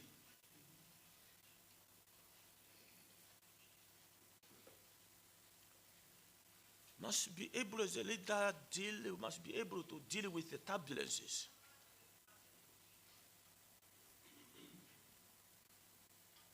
Turbulences where there's no stability. You are up in the sky and you get bump into a storm, and then the plane will become that. Those are turbulences. You must be able to do that. Keep your eye on the horizon. Don't keep your eyes closed. Keep them on the horizon. Be watchful. With a simple word, as a leader, so that you pick up problems. Inspire, we've already spoken about it. Inspire. Focus. Develop others. I will also reflect into that. Have that will to develop others. Be innovative. Multiply. The way I understand multiply, I was one single leader. I must make others to become leaders as well, so that you multiply. You are no longer one single leader, but the whole of this space is filled up now by leaders. Why don't you like multiplying?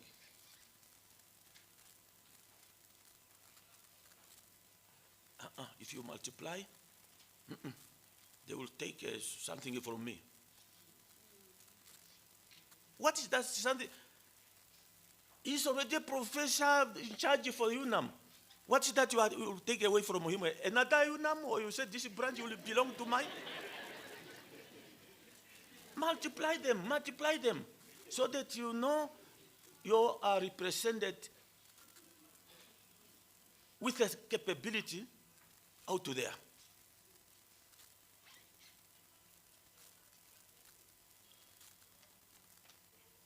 You must deal with long-range vision as a leader. While the manager, he maintains. The professor there who's in charge of this campus is not the one to go around and see that everything is maintained. Unless if he just want to come out one day. Just to do inspection. But it's not this responsible for the maintenance of it. In the laboratory, you have the doctor there. You must make sure that the laboratory is working. The manager controls. The manager focuses on the systems. Can talk of computer systems, the lab, the water lab, the library. It's not the responsibility of the professor to maintain and to make sure that the systems are working. And then, of course, as a manager, you at least your vision is a little bit shorter than that of a leader. Naturally so.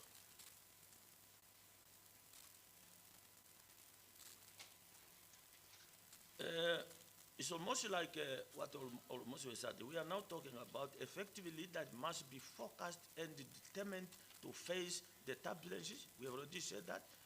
And that they say, why this figure is because why this guy is climbing, it's about a visionary. He has people under him. You want to look there to be visionary, he must be helped by expertise, by those who is working with him. So that he climb and he get up there and they see what is happening somewhere there. That's about the visionary. But as a leader, effective leader, it demands experience, the skill, knowledge, and creative mind. Not a dull mind, it's a creative mind. That's what is important, creative mind. The mind of a leader must not idle, must be active.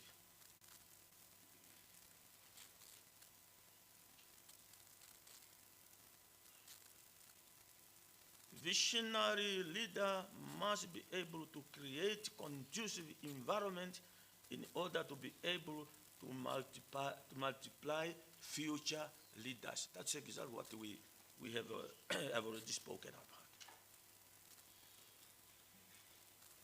Visionary leader is a critical element that demands a leader who looks into the future. All these, some of them are just like explanation, like I was already saying. Vision involves change that might come with unknown risks, but risks that are inevitable for the success of the organization.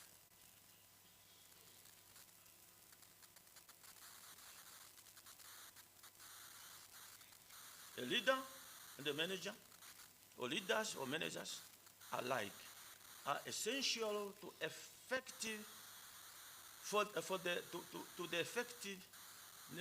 effective functioning of the organization, as every manager would be a leader, and of course every leader would be an effective manager.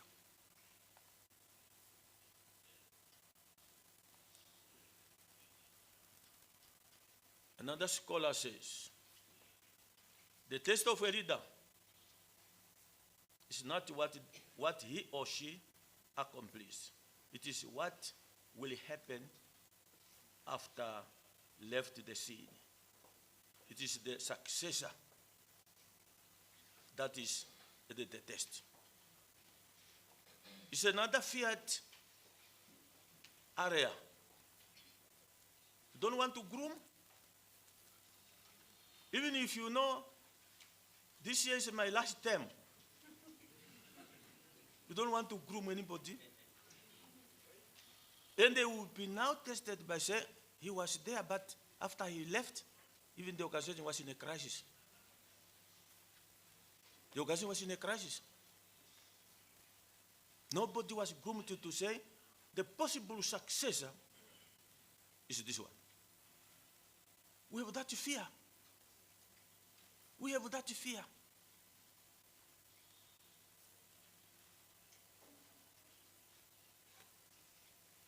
People will tell you now that therefore why there is a crisis there is because the leader who was there, apparently, that's the result.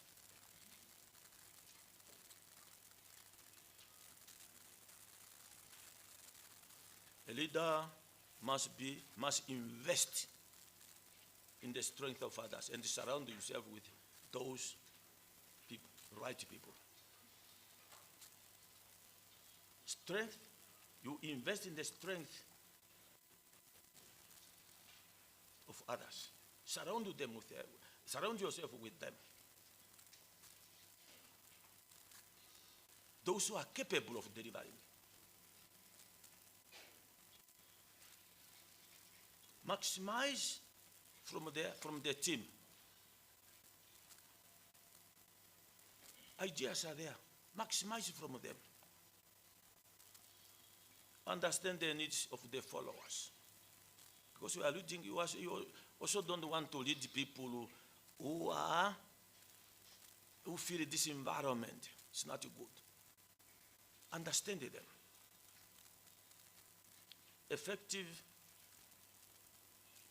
Efficiency is related to quality of work done to meet the highest standard of results. Efficiency is a concept of achieving more with less. Money will never be enough. But once it's allocated, achieving more with less. That's your limit.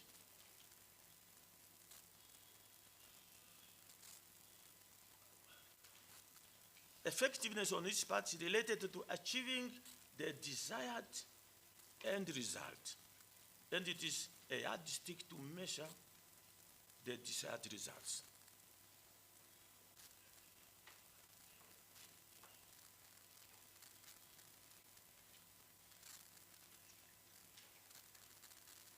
Leadership must ensure perennial results, must apply SWOT analysis. We all know what is a SWOT analysis. But the SWOT analysis now is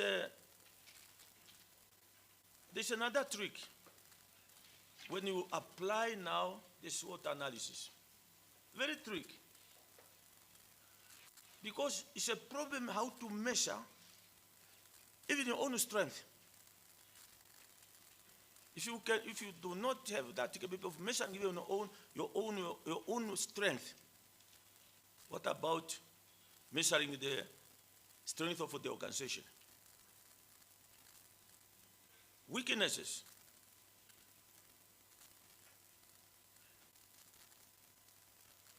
In this hall, there might be some cowards. But if I will say, hey, you are a coward, even if you know you are a coward, it's part of your weakness. Ooh.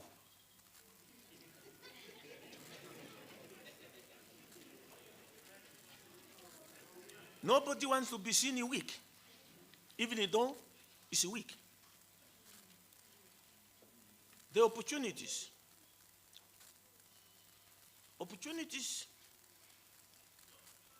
they normally don't come on their own. It's like people are saying, challenge, or in life there are always challenges. But it's no challenge without opportunity. But the problem is, challenges do come on their own. Opportunities, you have to look for them.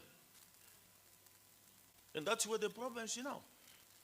Hence, in most cases, when we bump into challenge, we'll think that the wall is just too strong to be broken. You will not go for opportunities. In most cases, we only end with a challenge. SWOT analysis, apply it. But you must also understand how to apply it. Otherwise, it's not that easy. There's one concept, as somebody who said, if you think the problem is just too big, the best to understand that problem, cut it into pieces, smaller pieces, to be able to handle those smaller pieces. And then, of course, after that, you put it together because now you understand the whole sum of that big problem. How do you make somebody to understand what this elephant is all about? Elephant is only when you cut it in pieces, so when you will understand, I see it's made up of what, it is veins and blah, blah. Then you put it together to be an elephant again. But you will not be able to deal with it because you have gone to that extent of breaking it up for you to understand, get into the smaller components or particles. And that will help you to understand or to solve that particular problem. I will quickly and shortly talk about the policy formulation implementation, and I have already reflected it. Hopefully I want to get into deeper on it. The strategic leadership and management deal with policy formulation, implementation, and evaluation. Policies are effective means through which goals and objectives are articulated with the aim to achieve set goals and objectives. Policy started with the pronouncement. That means when you talk about, even if it will be a university policy here, somebody needs to pronounce that policy.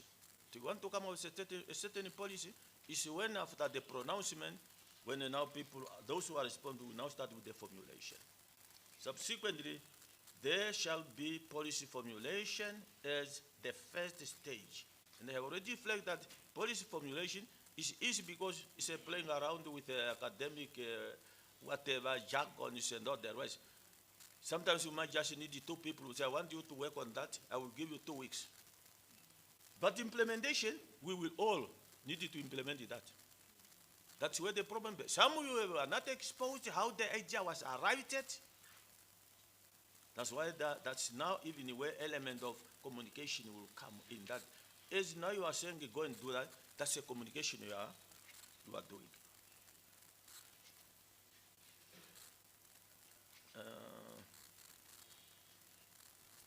Critical leadership and management are always faced with the dilemma on how to interpret the policies. Interpretation is another problem. And the policies, by its nature, you make a pronouncement, that's a policy. From a leader, that's already a policy. He said, this is what I want to happen. It must happen.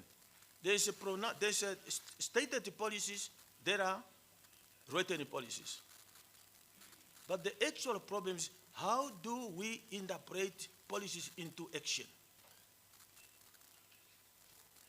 One thing I like citing, our founding president, my soul rest in peace. From day one, for 15 years, he was always saying, enemy number one, hunger, ignorance, blah, blah. I want the people to go to become doctors, engineers, geologists. But nobody, in my view, was interpreting that. If enemy number one was hunger from day one and until today, enemy is number one, hunger is number one, there was no interpretation for all those years. You know what happened after he retired from exit politics? He went to UNAM to do geology. Because he was also, I wanted geologist, blah, blah, blah. He said, you were not listening. I'm now go and become a geologist. Is it good enough? But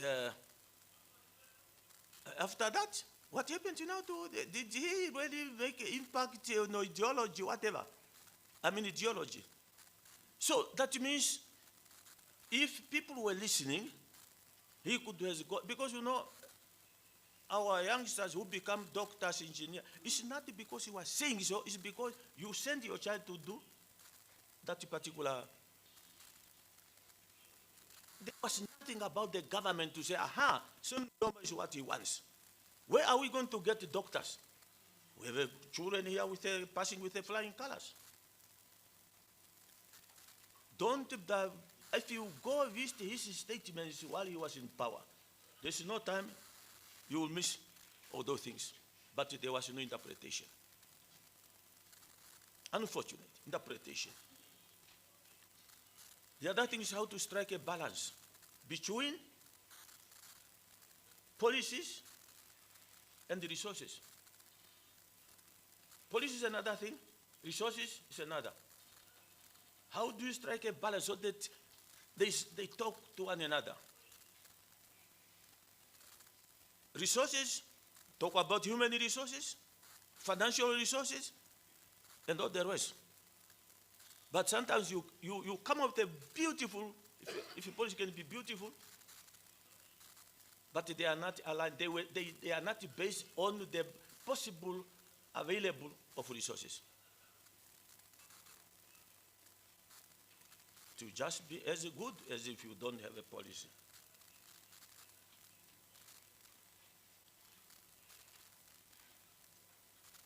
Strategy is about developing a vision and a mission. It's about identifying a problem. That's what we have said, and I said it is what the things will make you tired, because I will repeat them again and again. Identifying organizations, opportunities, and the threats. Determine strength and the weaknesses. Establish long-term objectives. Generate alternative strategies. Why alternative strategies? Because you want to choose the specific strategy. You want to pursue one.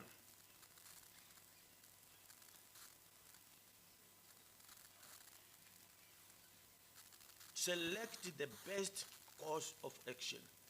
If I want to go to Windhoek, there are so many options to go to Windhoek. I can go there footing.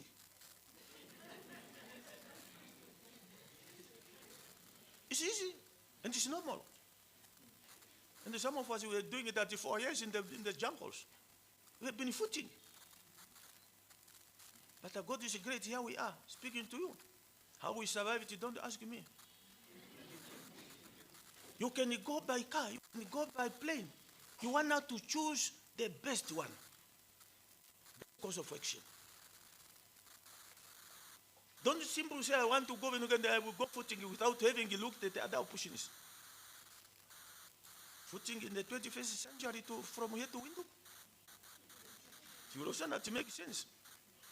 We footed because during that summit it was still the 20th century. Allocate resources for implementation. What's that you will achieve if you don't allocate resources? Nothing.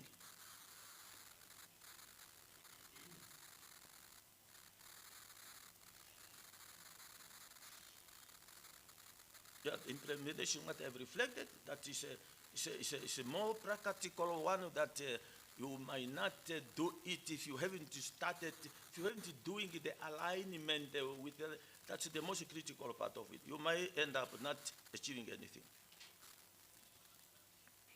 And of course, subjected to future modifications. Because, why? Because the external and internal factors. External factors are things that will bump on you without even you knowing. Earthquake. Before you plan, earthquake is struck. Flood. I don't know who has grown up in the area of Yusakos and Caribbean. There's a flood, serious flood, this time of the year. That's an external factor. Who was expecting a flood in that area this time? It's an external factor. Something called the government must now sit down and say, hey, divert some funds. There's an external factor here. The bridge is no longer passable. Divert funds. But internal factor, these are things within that you can handle. Indisciplined soldier is an internal factor. Deal with it. Make him roll. Make that soldier roll. For others to say, It's an internal factor. Internal factor is not difficult. Professor Matengo has deployed his professors there. If he says, apparently, you are not deploying, I'll redeploy you. Might be to a lesser responsibility. Maybe this is too heavy. That's internal factor. It's an internal factor. You can simply do, but the external one is where you have a problem.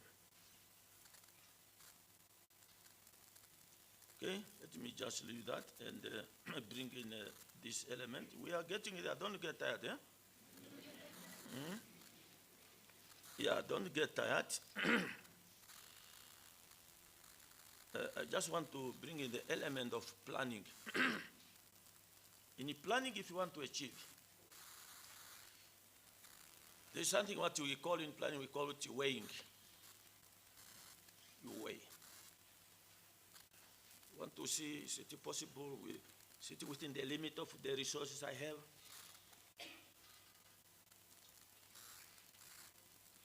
Balancing it. I will try to explain a little bit.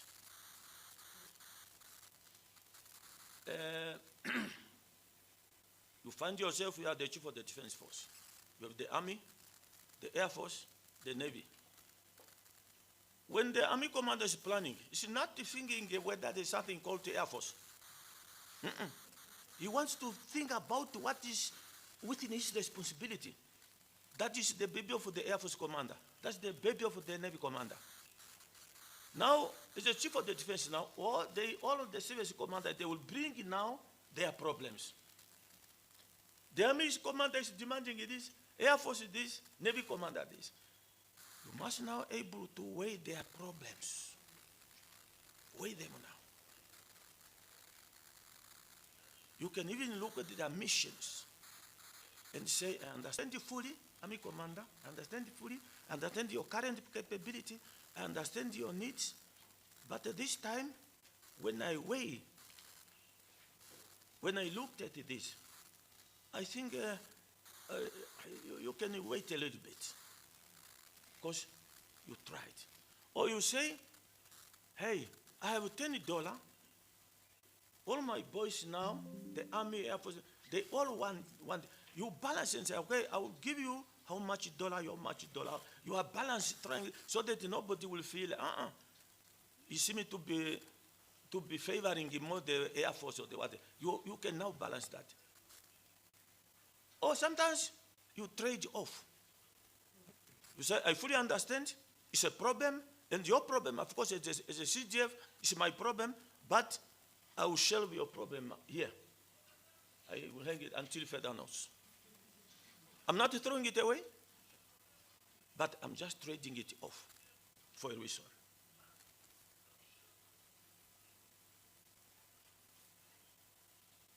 She's just explaining almost what I have said on the weighing, balancing, and the trading off.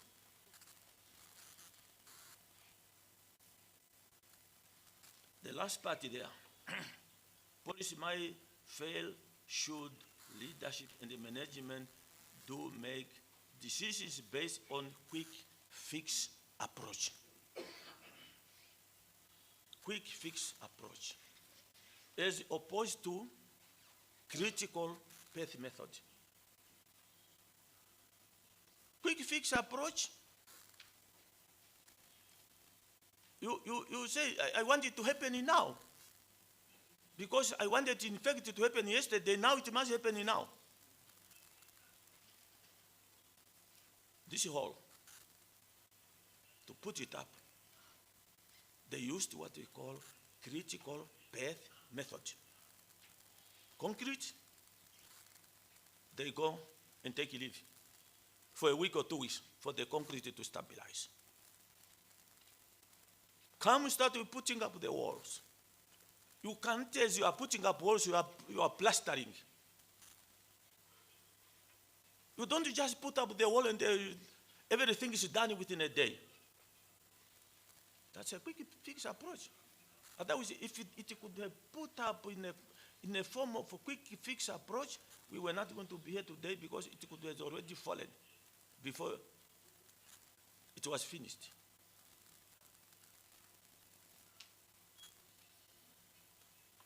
Critical path method, you go systematic. Whether it's raining and you have nowhere to stay, don't say I will finish this building today because it's about raining. That's a quick fix approach. And it will not last.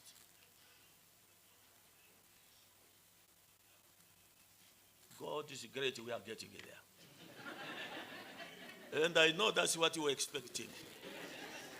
When is he concluding? I will restart again. I really don't want to get into what I've said there, but I must tell you, these are things we have talked about. Some things we have talked about, and I don't want to repeat them. And this. Because when you conclude this, you just bring the element of what we have discussed. And unless if you say, no, you know, until you said it, now, I only want to bring this element, which we didn't actually discuss, but by implication. If you get into a problem, there's something what we call the center of gravity.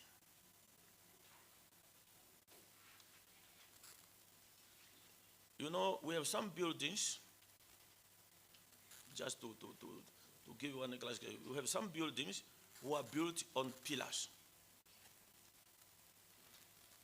If you want to bring down that building, don't deal with the building itself. Deal with the pillars. Because once the pillars are gone, the building will collapse. Unless if you don't understand what is. And the center of gravity can now mean this. For example, you look at from military viewpoint that you say we are confronted with the situation of a neighbor or whatever. Look, what is that which helps that force to be what it is? Politically, financially, those are the centers of gravity. Those are the centers of gravity that you must deal with. The moment you have dealt with centers of gravity, troops will fall. They will have no feeding, no resupply. Angola has been at war for 27 years. But the day Savimbi was killed, the center of gravity was broken. Even the brave generals whom we knew, they said Kamuruteru somewhere there, they were all seeking ways to Rwanda. Everybody wants to go to Rwanda because the center of gravity is broken, and that was Savimbi. Never ever have you had war again after the death of Savimbi. He was the center of gravity. But the war has gone on for 27 years before the center of gravity was identified. Dealing with the center of gravity, if you are unable to break it, starve it. In whatever form, starve it, suffocate it. What you are suffocating, it is nerve center. Once you are done with that, then you are done with the center of gravity.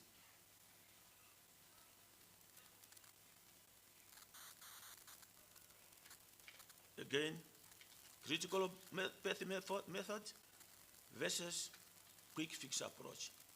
Avoid. I know it's like you say, there's a shortcut. But the shortcut might not always necessarily be the best. What is a short? You are not driving your Mercedes. You want to go for shortcut. And that shortcut, there are potholes. It's a shortcut in terms of measuring, but what about the problem that you will confront? In my case, I prefer to go for the long cut. If there's something called the long cut, where there are no potholes, and you find me there while you were negotiating with the shortcut.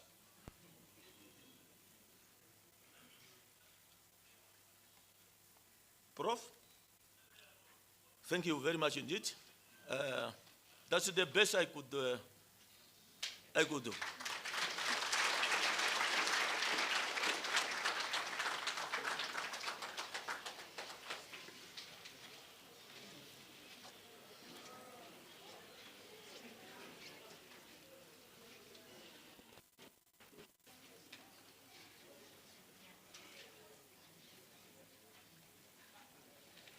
Please be seated.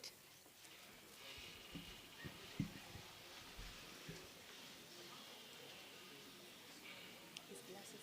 I think these are his glasses. Yeah. Anything else? I think we are going to we're calling him up now or for the questions, but I'll handle that.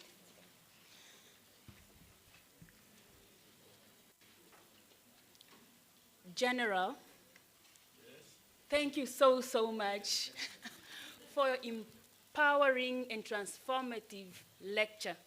Your insights on transformative leadership and management have really changed the way we perceive and how we look at management and leadership.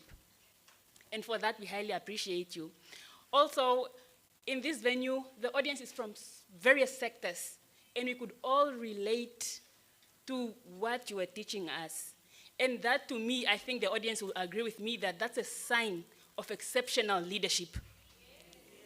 And who would have thought that our general has a great sense of humor? We really enjoyed your presentation.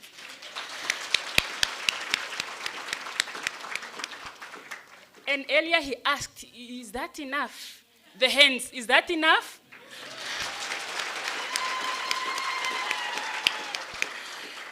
That is enough. Thank you so much. Now, we are gradually transitioning into the next segment of our program, which is the discussions, questions and answers, as well as comments. And on the program, we are only given 15 minutes for that segment. And I would like to request that we stick to the 15 minutes. Now, to usher us into that segment, there's an African proverb that I like. It says, knowledge is like a garden, okay? If it's not cultivated, it cannot be harvested. Now, in this segment, General is going to be our garden of wisdom. And this is our opportunity to cultivate the wisdom. So what is going to happen is you will get an opportunity to tap into his knowledge, ask any question that you have, and we just have a few rules. The questions you ask should be within the scope of what was discussed today. That is one. Secondly, we will need to make our questions very, very brief, very short, no long backgrounds, and that's for the interest of time. Thirdly, we would also request that you just tell us who you are and your affiliation. My team will bring the mic to you, and then you'll get a chance to ask your question. And at this juncture, we will have to invite the general to move seats. We have designated the couch here for the general as the audience engages with you. And we can also use this moment to just stretch as the general shifts from where he is to the designated seat that we have.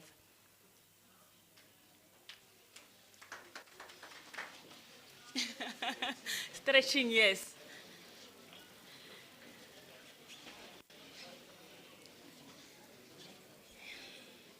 Is that enough stretching? Okay. Let's be seated.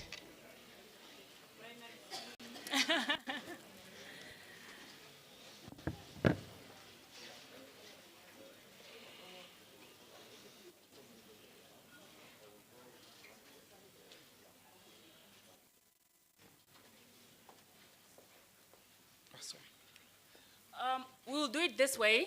We will just take one question at a time. So you ask a question, and then the general is given the chance to answer the question right away. We are going to start already by a show of hand. You can just to ask your question. And remember, it can also be a comment. It doesn't only have to be a question. Hands, please.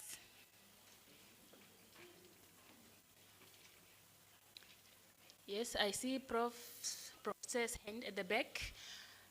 The mic is coming to you, Prof. Okay, thank you very much, Director of Ceremonies. And thank you very much, the Revered General, for such a wonderful presentation. My name is Akahatse. I'm from the Department of Geology. So thank you very much. You mentioned the University of Ibadan in my country, and I'm proud of that. My comment is very simple. It's not a question. I'm from Nigeria, and everybody knows about Boko Haram in Nigeria. And it's a product of leadership and management. In 1983, a more dangerous group started. But because we were under a military regime, those group of people were summarily quashed and nothing happened again. And when Boko Haram started, it was just a one-man show, and there was no leadership to contain that guy until things went out of hand, and we had Boko Haram, not just in Northeast Nigeria where it started, but the whole of northern Nigeria, and even in my region in central Nigeria. So I wish that leaders listen to this talk and saw that in leadership, there must be management. Thank you very much, sir.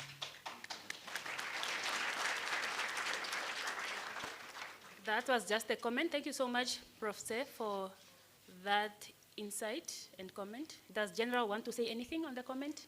No, I think it's okay. Straight to the point. Okay, thank you. Another hand. I'm looking for another hand, please. Remember, we only have 15 minutes. Oh, and I need to keep my time. We have 10 more minutes. Yes, ma'am.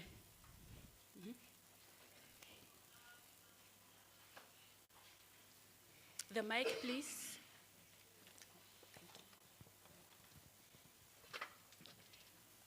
Thank you so much, Director of Ceremonies. It's also a comment, all protocols observed. I would just like to say that I really enjoyed the presentation. This is because, okay, I did not introduce myself. My name is Elizabeth Silas. I am a student representative here at Southern Campus, a student leader, a youth activist as well, Very good. leading the National African Student Association. I came to this meeting because I was looking for a specific thing. This is because in a few hours, I will be having a meeting with the management of our association. And that meeting is going to be so crucial that I had to come and get this leadership and management skills in order for that meeting to be a success. And I got exactly what I was looking for. Therefore, I'm really, really grateful. Thank you. Thank you. Another very positive comment, General. And we are glad that you are now prepared for your meeting. Are we looking for another hand? We still have 8 minutes. This is your chance to harvest. So we are what we call APC, that means every point counts. Every point counts, yes. If no hand, then Okay, okay. There's a hand in front. Mike, please.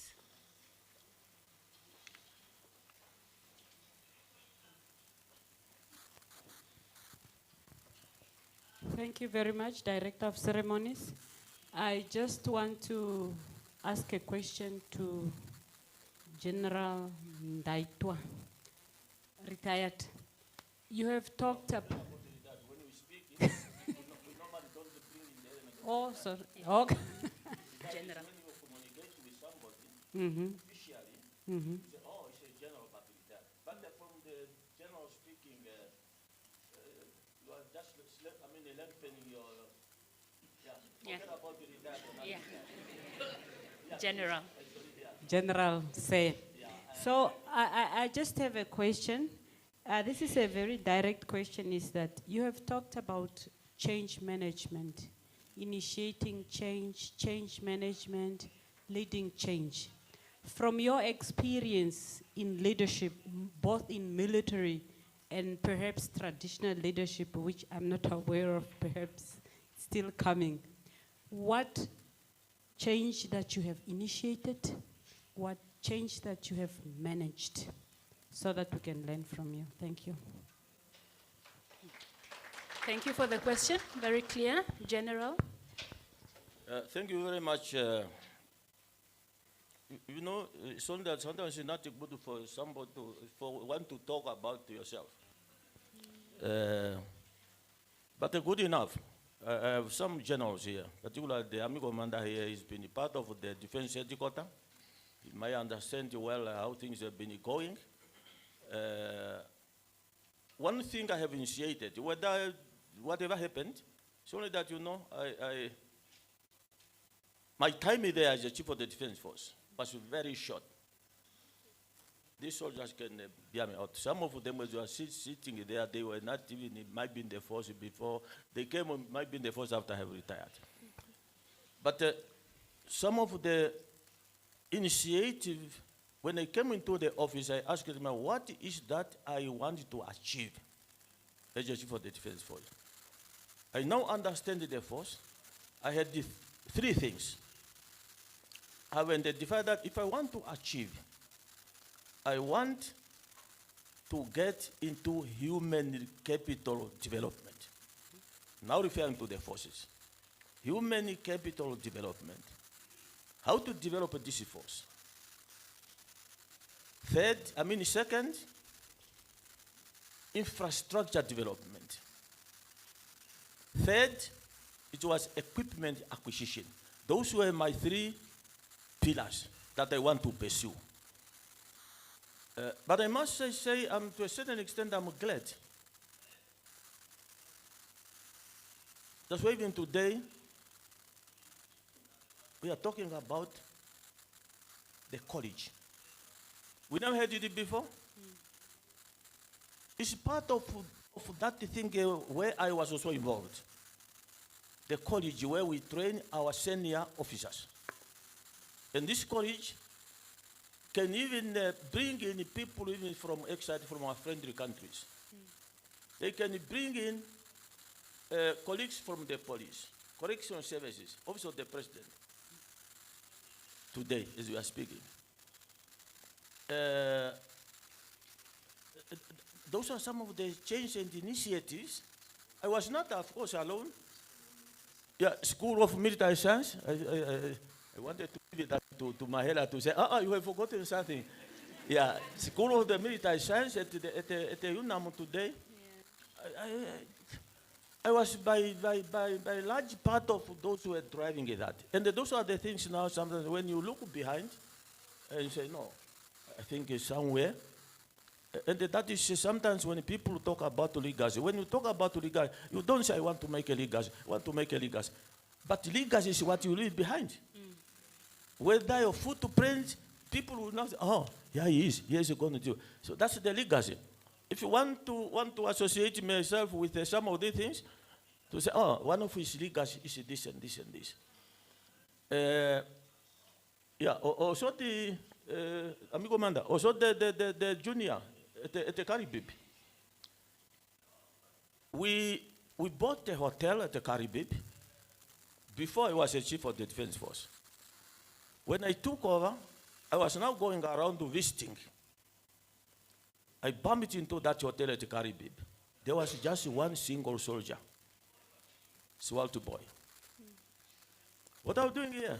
No, I'm just going to take care of these buildings. For what reason? There's no reason. The reason is for him to take care of the building. Then I said, while I was still going around visiting first, I found MOD, the minister, the PS, as it were. They said, we have spent so much money here, and the buildings are dilapidating. I want to turn them into something. Today is one of our, where we train our junior officers. It was revamped. It's one of the institutions today. Those are some of the things that I can associate myself to. But like I said, I was not alone. Because leadership is not a single-handed kind of thing. It's a team. You say, what do you think, Professor? Oh, no. We are wasting the time. We will forget about it. It must collapse that building. We have more than enough here and there. But according to the advices that are confirmed by those who were around me, before I left, particularly the junior, it was running, and until today it's running. And it's the one which is feeding the main college. So that's the little I can say. Wow. Thank you, General, for that response. Indeed, an epitome of leading by example. Thank you so much, General. One more question? Oh, there are two hands. Okay, I will take the 3 hands that are currently up, and then we will conclude this segment. Yes, ma'am. I want you first to start briefly with what you have seen there today, because you was part of the group I met today. Okay. Let me tell those briefly for those who were not there. Good afternoon, everyone. I am Daisy Conradi. Today we're celebrating men, the importance of the uplifting of men. We were basically just creating a platform where the boy child, the man child feels valued and respected, and most importantly, seen. And now my question is, too much of something is not always right. And as a leader, you cannot be too much in a specific space, right? I'm a junior mayor. I'm a member of the Children's Parliament. I go to school, and I'm also an LRC. What would you advise me? Like, how can I balance my social life with my, let's say, working life? Thank you, Her Worship, Junior Mayor. There was a bit of effort. If you can hold it a little bit, I just want to get the question well. Okay. I was asking, I'm a junior mayor, and I'm also a member of the Children's Parliament. I'm an LRC and I'm also a school-going learner. And sometimes managing my, let's say, work life and my home life can be difficult. What advice would you give me on managing my school, my social life, as well as my work life? Thank you. Thank you very much indeed. Like you said, everything that's too much it might not always be. I would say you are so overloaded. You are so overloaded. But you know, sometimes the question is why might be you are overloaded? It's because I think people out there, they are seeing a potentiality in you. You have a certain potentiality. No, why don't you give that to professor? The potentiality is in you.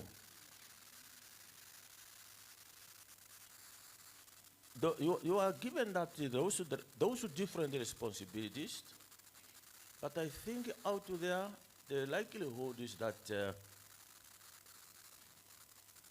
people were looking at it, not the potential I'm talking about. They are giving the response to somebody who is able to deal with that. I had one of my sons. At a very young age, the boy was just so naughty. Naughty. You said, don't do that. He will do the other one. Until I went to the extent of saying, Daddy, please, before you do anything, ask yourself, is this right or not right? He said, okay, Dad. Then he will do that. Daddy, what did I tell you? Did you ask yourself whether that was right or wrong? No, Dad. But now, he's a grown-up, the boy now, he's a family boy. He can now talk freely. Yeah. Then one day he told me, Dad, do you know what?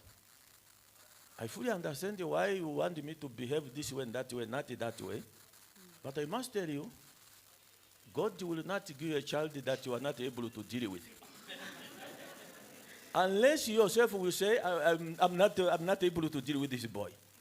That means you are given a responsibility because people have a faith in you. They have seen a potentiality, that you are able to deal with that overload. But where you strongly feel it is eating too much from your study, there must also be a time that I thank you very much. I think I've done my best. If I can be relieved too, from some of this problem. I want now to concentrate. Yeah. But that was congratulations that because of that potentiality. Thank you. Your Worship, Junior Mayor, we see your potential. There was another hand here. Yes. The mic, please. There was another one that I said I'll give a chance to. You have your hand up? Yes, sir. Thank you very much, General Se. I'm Chief Inspector Eino Kautigumye Bakamkwanyama, the current station commander of Kietman Shop.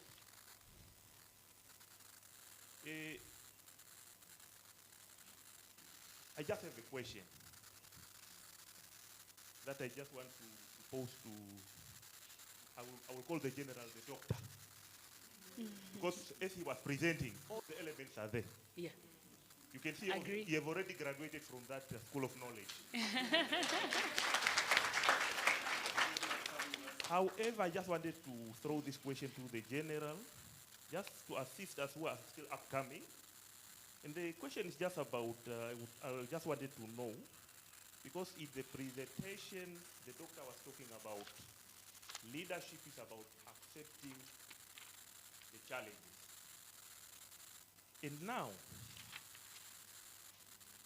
I wanted just to draw now from the experience now of the doctor, of our general. From the challenges that you have faced, General, say, in your whole 40th Korea. There was a lot of turbulence and challenges. But in general, perhaps maybe briefly share with us what has kept you going, or how did you approach it? Thank you very much. Thank you very much. What will keep you going is the goal and the objective you have set for yourself. Some of us in life have failed without knowing that the time when you say, you surrender, apparently you were just about to cross the line. That you have failed now because you haven't crossed the line. Let me take you a little bit down the line during the War of Liberation struggle. The majority of us joined the liberation struggle 74. We were just 20, 21, 18, 19, and all the rest. But when we went in exile, the opportunity that was available for the majority of us is to go for training and come back for war. On the 20th of February, 76, it was the first day I crossed back home with my gun. And then we fought on. We fought on. The first battle, those of you who might be aware, just around the area of Enana there, southeast of Enana, that is where our first battle was. That's where I received my first bullet from the enemy. I was shot. I was injured. But during that time, by that time I was just a member of that group. I was not one of the because by that time we were not even well organized. I was just one of the soldiers. But what I did, because we still have a mission to do, to operate within the country, what happened, because I was struck by the bullet on the shoulder here.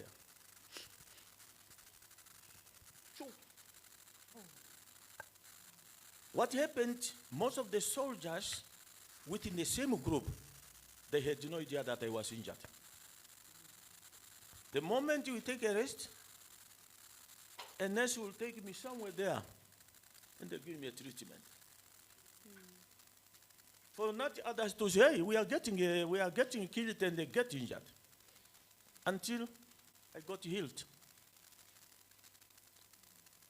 There was a time, and I also to tell my children like that, there was a time during that period, when it's about to raining, you don't see rain is about to falling, because you have no security to go for shelter. There was a time when you go hungry, you don't feel you haven't eaten today because you have no security to eat. But because we know we want to achieve something, we soldier on. And here we are.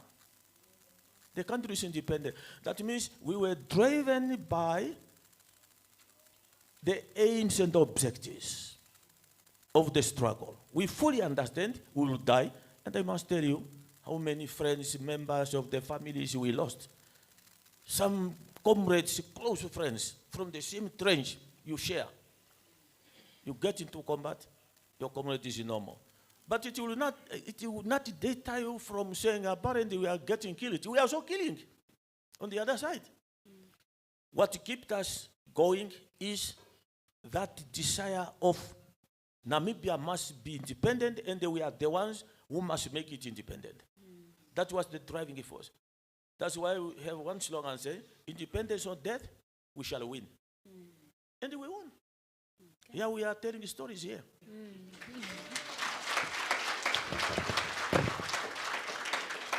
Thank you for that question that took the general down memory lane. In any case, like I said, where we are, I must tell you, sometimes when we look at ourselves, those of us who were involved, now it's the questions you also now to come back to say, how did I survive? How did we survive? Others are normal. Others haven't seen independence. I cannot tell you how many battles I get involved in. I just spoken about the first injury. I don't want to waste your time to tell you one here, one here, one here. But honestly, we should now sometimes ask ourselves, what made us ready to survive? Maybe we are made to survive for us to come and, like I said, to come and tell the stories.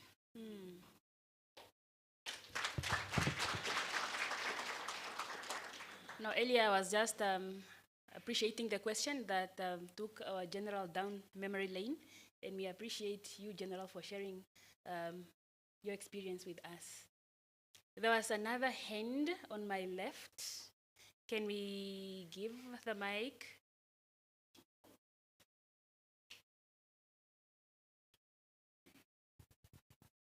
Good afternoon, General.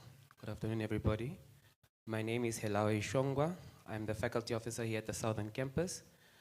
General, I just wanted a question. I think it's more of an advice from you. We've heard here your experience as you ascended into all the leadership positions that you ascended to. I wanted to ask, what advice do you have for young people such as myself who aspire to one day follow in your footsteps, entering into leadership roles? What advice do you have for us? Because as we've seen in today's society, many young people land in these leadership roles, but then they always end up not fulfilling what they are supposed to do, or either they are very indisciplined in those roles. What advice does General have for us as young people moving forward in these leadership roles that we may find ourselves one day?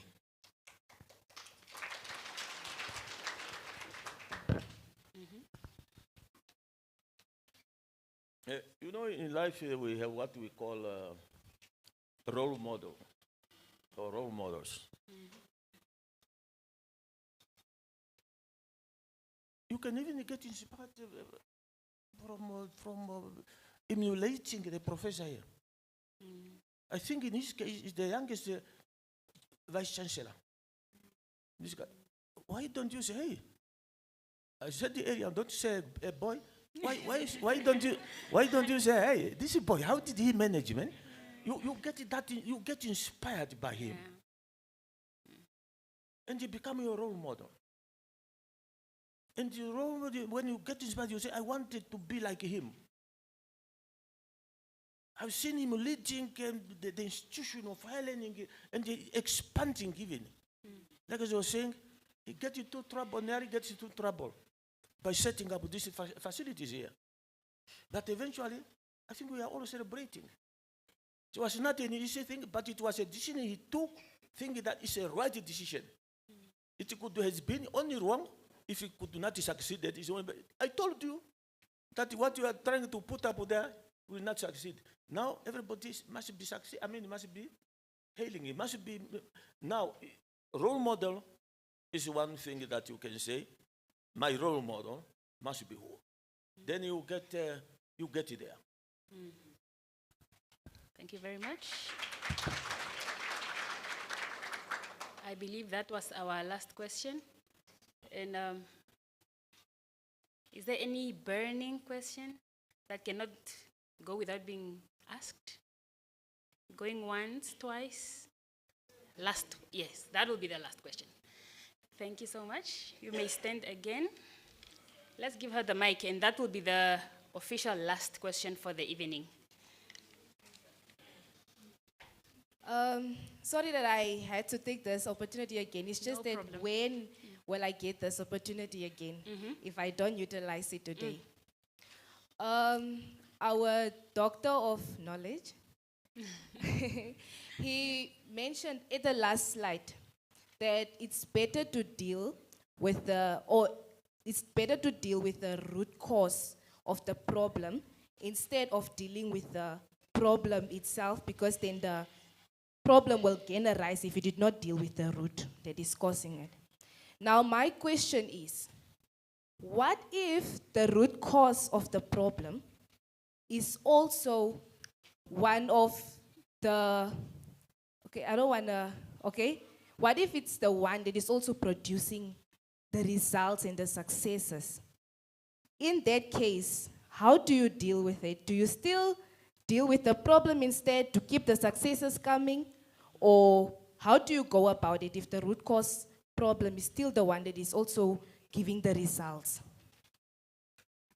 Thank you. General, did you get that?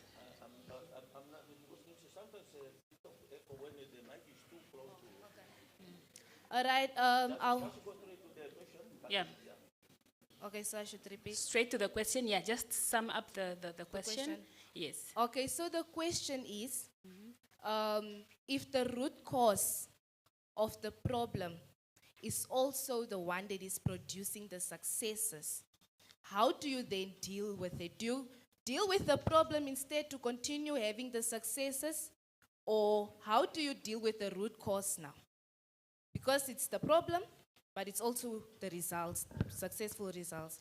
No, thank you. I got you now. You know, root cause might also need a definition. Are you identifying the root cause for success or for failure or for problems? Yeah, because you said that if they say the root cause, if it is called again root causes of success, then that's what we want. There's nothing to worry. But if there is a root cause for a problem, that's what we want to root out. Because we don't want that problem to exist, we must root it out. But if it's success, so that I'm not too sure, maybe I'm still to be advised whether there are root causes for what we call for success. I don't know. Maybe it needs more academic mind than mine. So, but particularly the root cause I was referring here, it was more of the problem we are facing. Particularly with the like I give you the example, the space of the correctional cell is filled up by men only. I'm not saying our women must also be there, but the question is why men only? Now we want to find the root cause of that problem, of only men who must get into that thing called correctional service, or what? How do you call it? Or correctional service, yeah. They went there for to be for correction purposes or whatever. Yeah. So I was more referring at the problems that if you want to deal with the problem, deal with the root cause, not with the problem. Let me give one classic example. When I started picking up a headache around here, naturally, I know it's not a headache, I might develop a stomach problem. The moment you treat me, my stomach, the headache will go. That means this is just a symptoms, but because I know it, I'm used to do that, I know the moment I pick it up, I know, I think I have eaten something that I'm not comfortable with. But the moment I have gone to a pharmacy and do what, then the problem will disappear. Okay. Okay. Thank you very much. Thank you, everyone, for those engaging and robust. I will request you. You can. Oh, General, you can retire. Okay, yes, General, you may have a seat.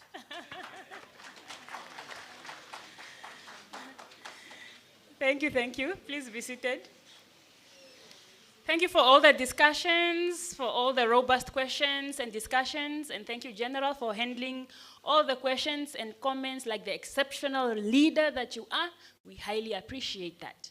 And we are drawing closer to the end of our program. Before the vote of thanks, I am informed that we are going to insert just a very short item on our program where I'm going to request, no? I'm going to, is it still part of it? Okay. I'm going to request Professor Dr. Matengu, assisted by Professor Seth, to offer a token of appreciation to the General. Could they kindly join me on the podium?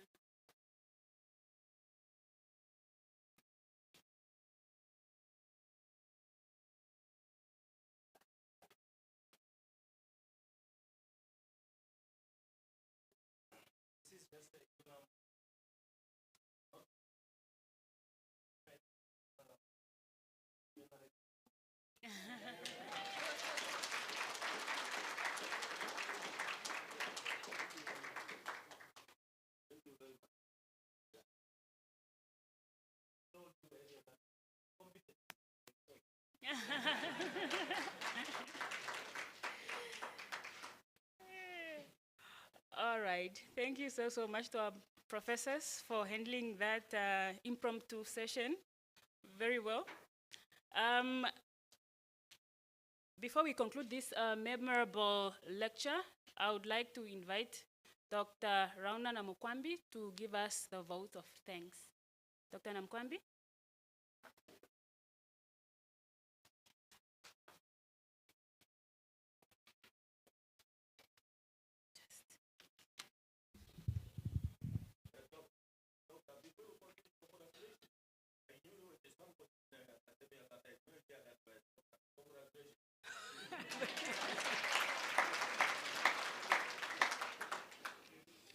Thank you very much, General Se. Your Excellency, Lieutenant General Retired Epaphras Denga Ndaitwa, the First Gentleman of the Republic of Namibia, Honorable Gaudentia Krone, our Deputy Ministers of Industry, Mines and Energy, Professor Kenneth Matengu, our Vice Chancellor, and let me also stand already on the established protocol. On behalf of the University of Namibia, particularly Southern Campus, I stand before you with immense gratitude and privilege to extend our heartfelt appreciation to Your Excellency, General Epaphras Denga Ndaitwa, for gracing us with your distinguished presence and for delivering such an enlightening and a thought-provoking public lecture on strategic leadership and management. General Se, your extensive experience in military leadership, your exemplary service to our nation, and your wealth of knowledge in strategic management have provided our academic community who are here, the uniformed staff who are here, the general public as well as our students, and the public that is following on our live stream with invaluable insights that transcend the classroom and impact the broader community. Your willingness to share your wisdom with our student staff, uniform staff, general public members demonstrate your commitment to nation building and development of future leaders. General Se, the principle of strategic leadership that you have highlighted and articulate today, I quote, you talked about shared vision, empowering people, inspire people, influencing people, initiating change as well as leading change. Will undoubtedly resonate with our students, our staff as they prepare to assume leadership roles in various sectors of our society. Your practical examples drawn from real-world experience have bridged the gap between theory and practice, making this lecture not only informative, but truly transformative. To our students, our staffs, uniformed staff, you have been given a rare opportunity to learn from the leader who have served our nation before independence. I encourage you to deeply reflect on lessons shared today and embody the principles of strategic leadership into your academic pursuit and future career. Your Excellency, as we depart here from our campus, please know that you have left behind truly inspired mind. We would also want to extend our gratitude to Honorable Gaudentia Krone, the Deputy Minister of Industry, Mines and Energy, the former Mayor of Keetmanshoop. Your presence is a testament to your commitment towards the University of Namibia, particularly Southern Campus, and we want to extend a special invitation as you are the Minister of Mines and Energy. Geology is part of mining, so please, we are inviting you back to the Southern Campus, where you have also studied your qualification as well.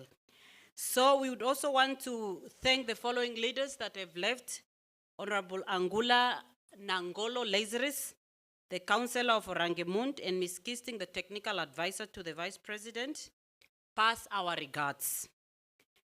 The 4 generals, the Major General Nambahu, Brigadier General Enjala, Brigadier General Hondela, apologies for mispronunciation, and Brigadier General Orange. Thank you very much to the 4 generals that have graced our event here. Our acting regional police commander and your team, thank you very much for coming. To the superintendent, if the superintendent of the correctional service is here, thank you very much for coming, and your representative. Thank you for gracing this event out from your busy schedule. I would also want to thank our Vice Chancellor, the youngest Vice Chancellor in Namibia, Professor Kenneth Matengu, for coming down to be with us here to support us. Thank you very much. Professor Seth Asep, the youngest campus director. Thank you very much for being with us here. One of the general, not among the 4 general, General Brigadier Mumba Mahela, is our Associate Dean for the School of Military Science.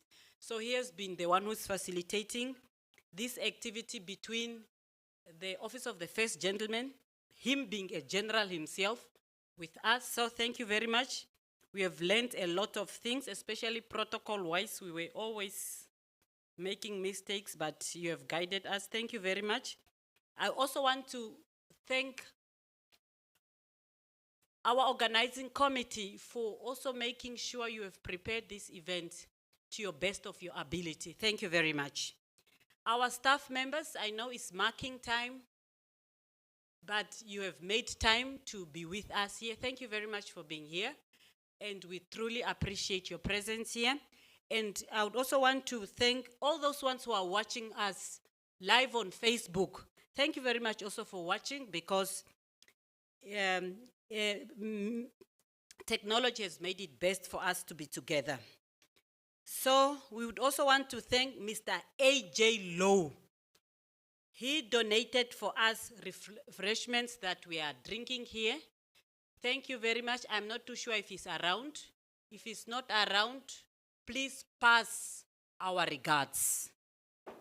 So, to the Director of Ceremonies, thank you very much for directing this ceremony in a professional, in a timely manner. Dr. Itula is a doctor of English. So it means she was also so eloquent, not English, but also language. So thank you very much for guiding. We always rely on you at these events. And I don't know if it was supposed to be the first or last. I would also want to thank God, as I'm a Christian and we are mostly Christian community, for having been with us, especially during the preparation from yesterday, you know, the drills up until now. We wish you all the best as we are going to depart from here. We also wish also General a pleasant evening and a weekend ahead as you travel back or as you stay in Keetmanshoop. With those very, very few, but very, very few words, I thank you.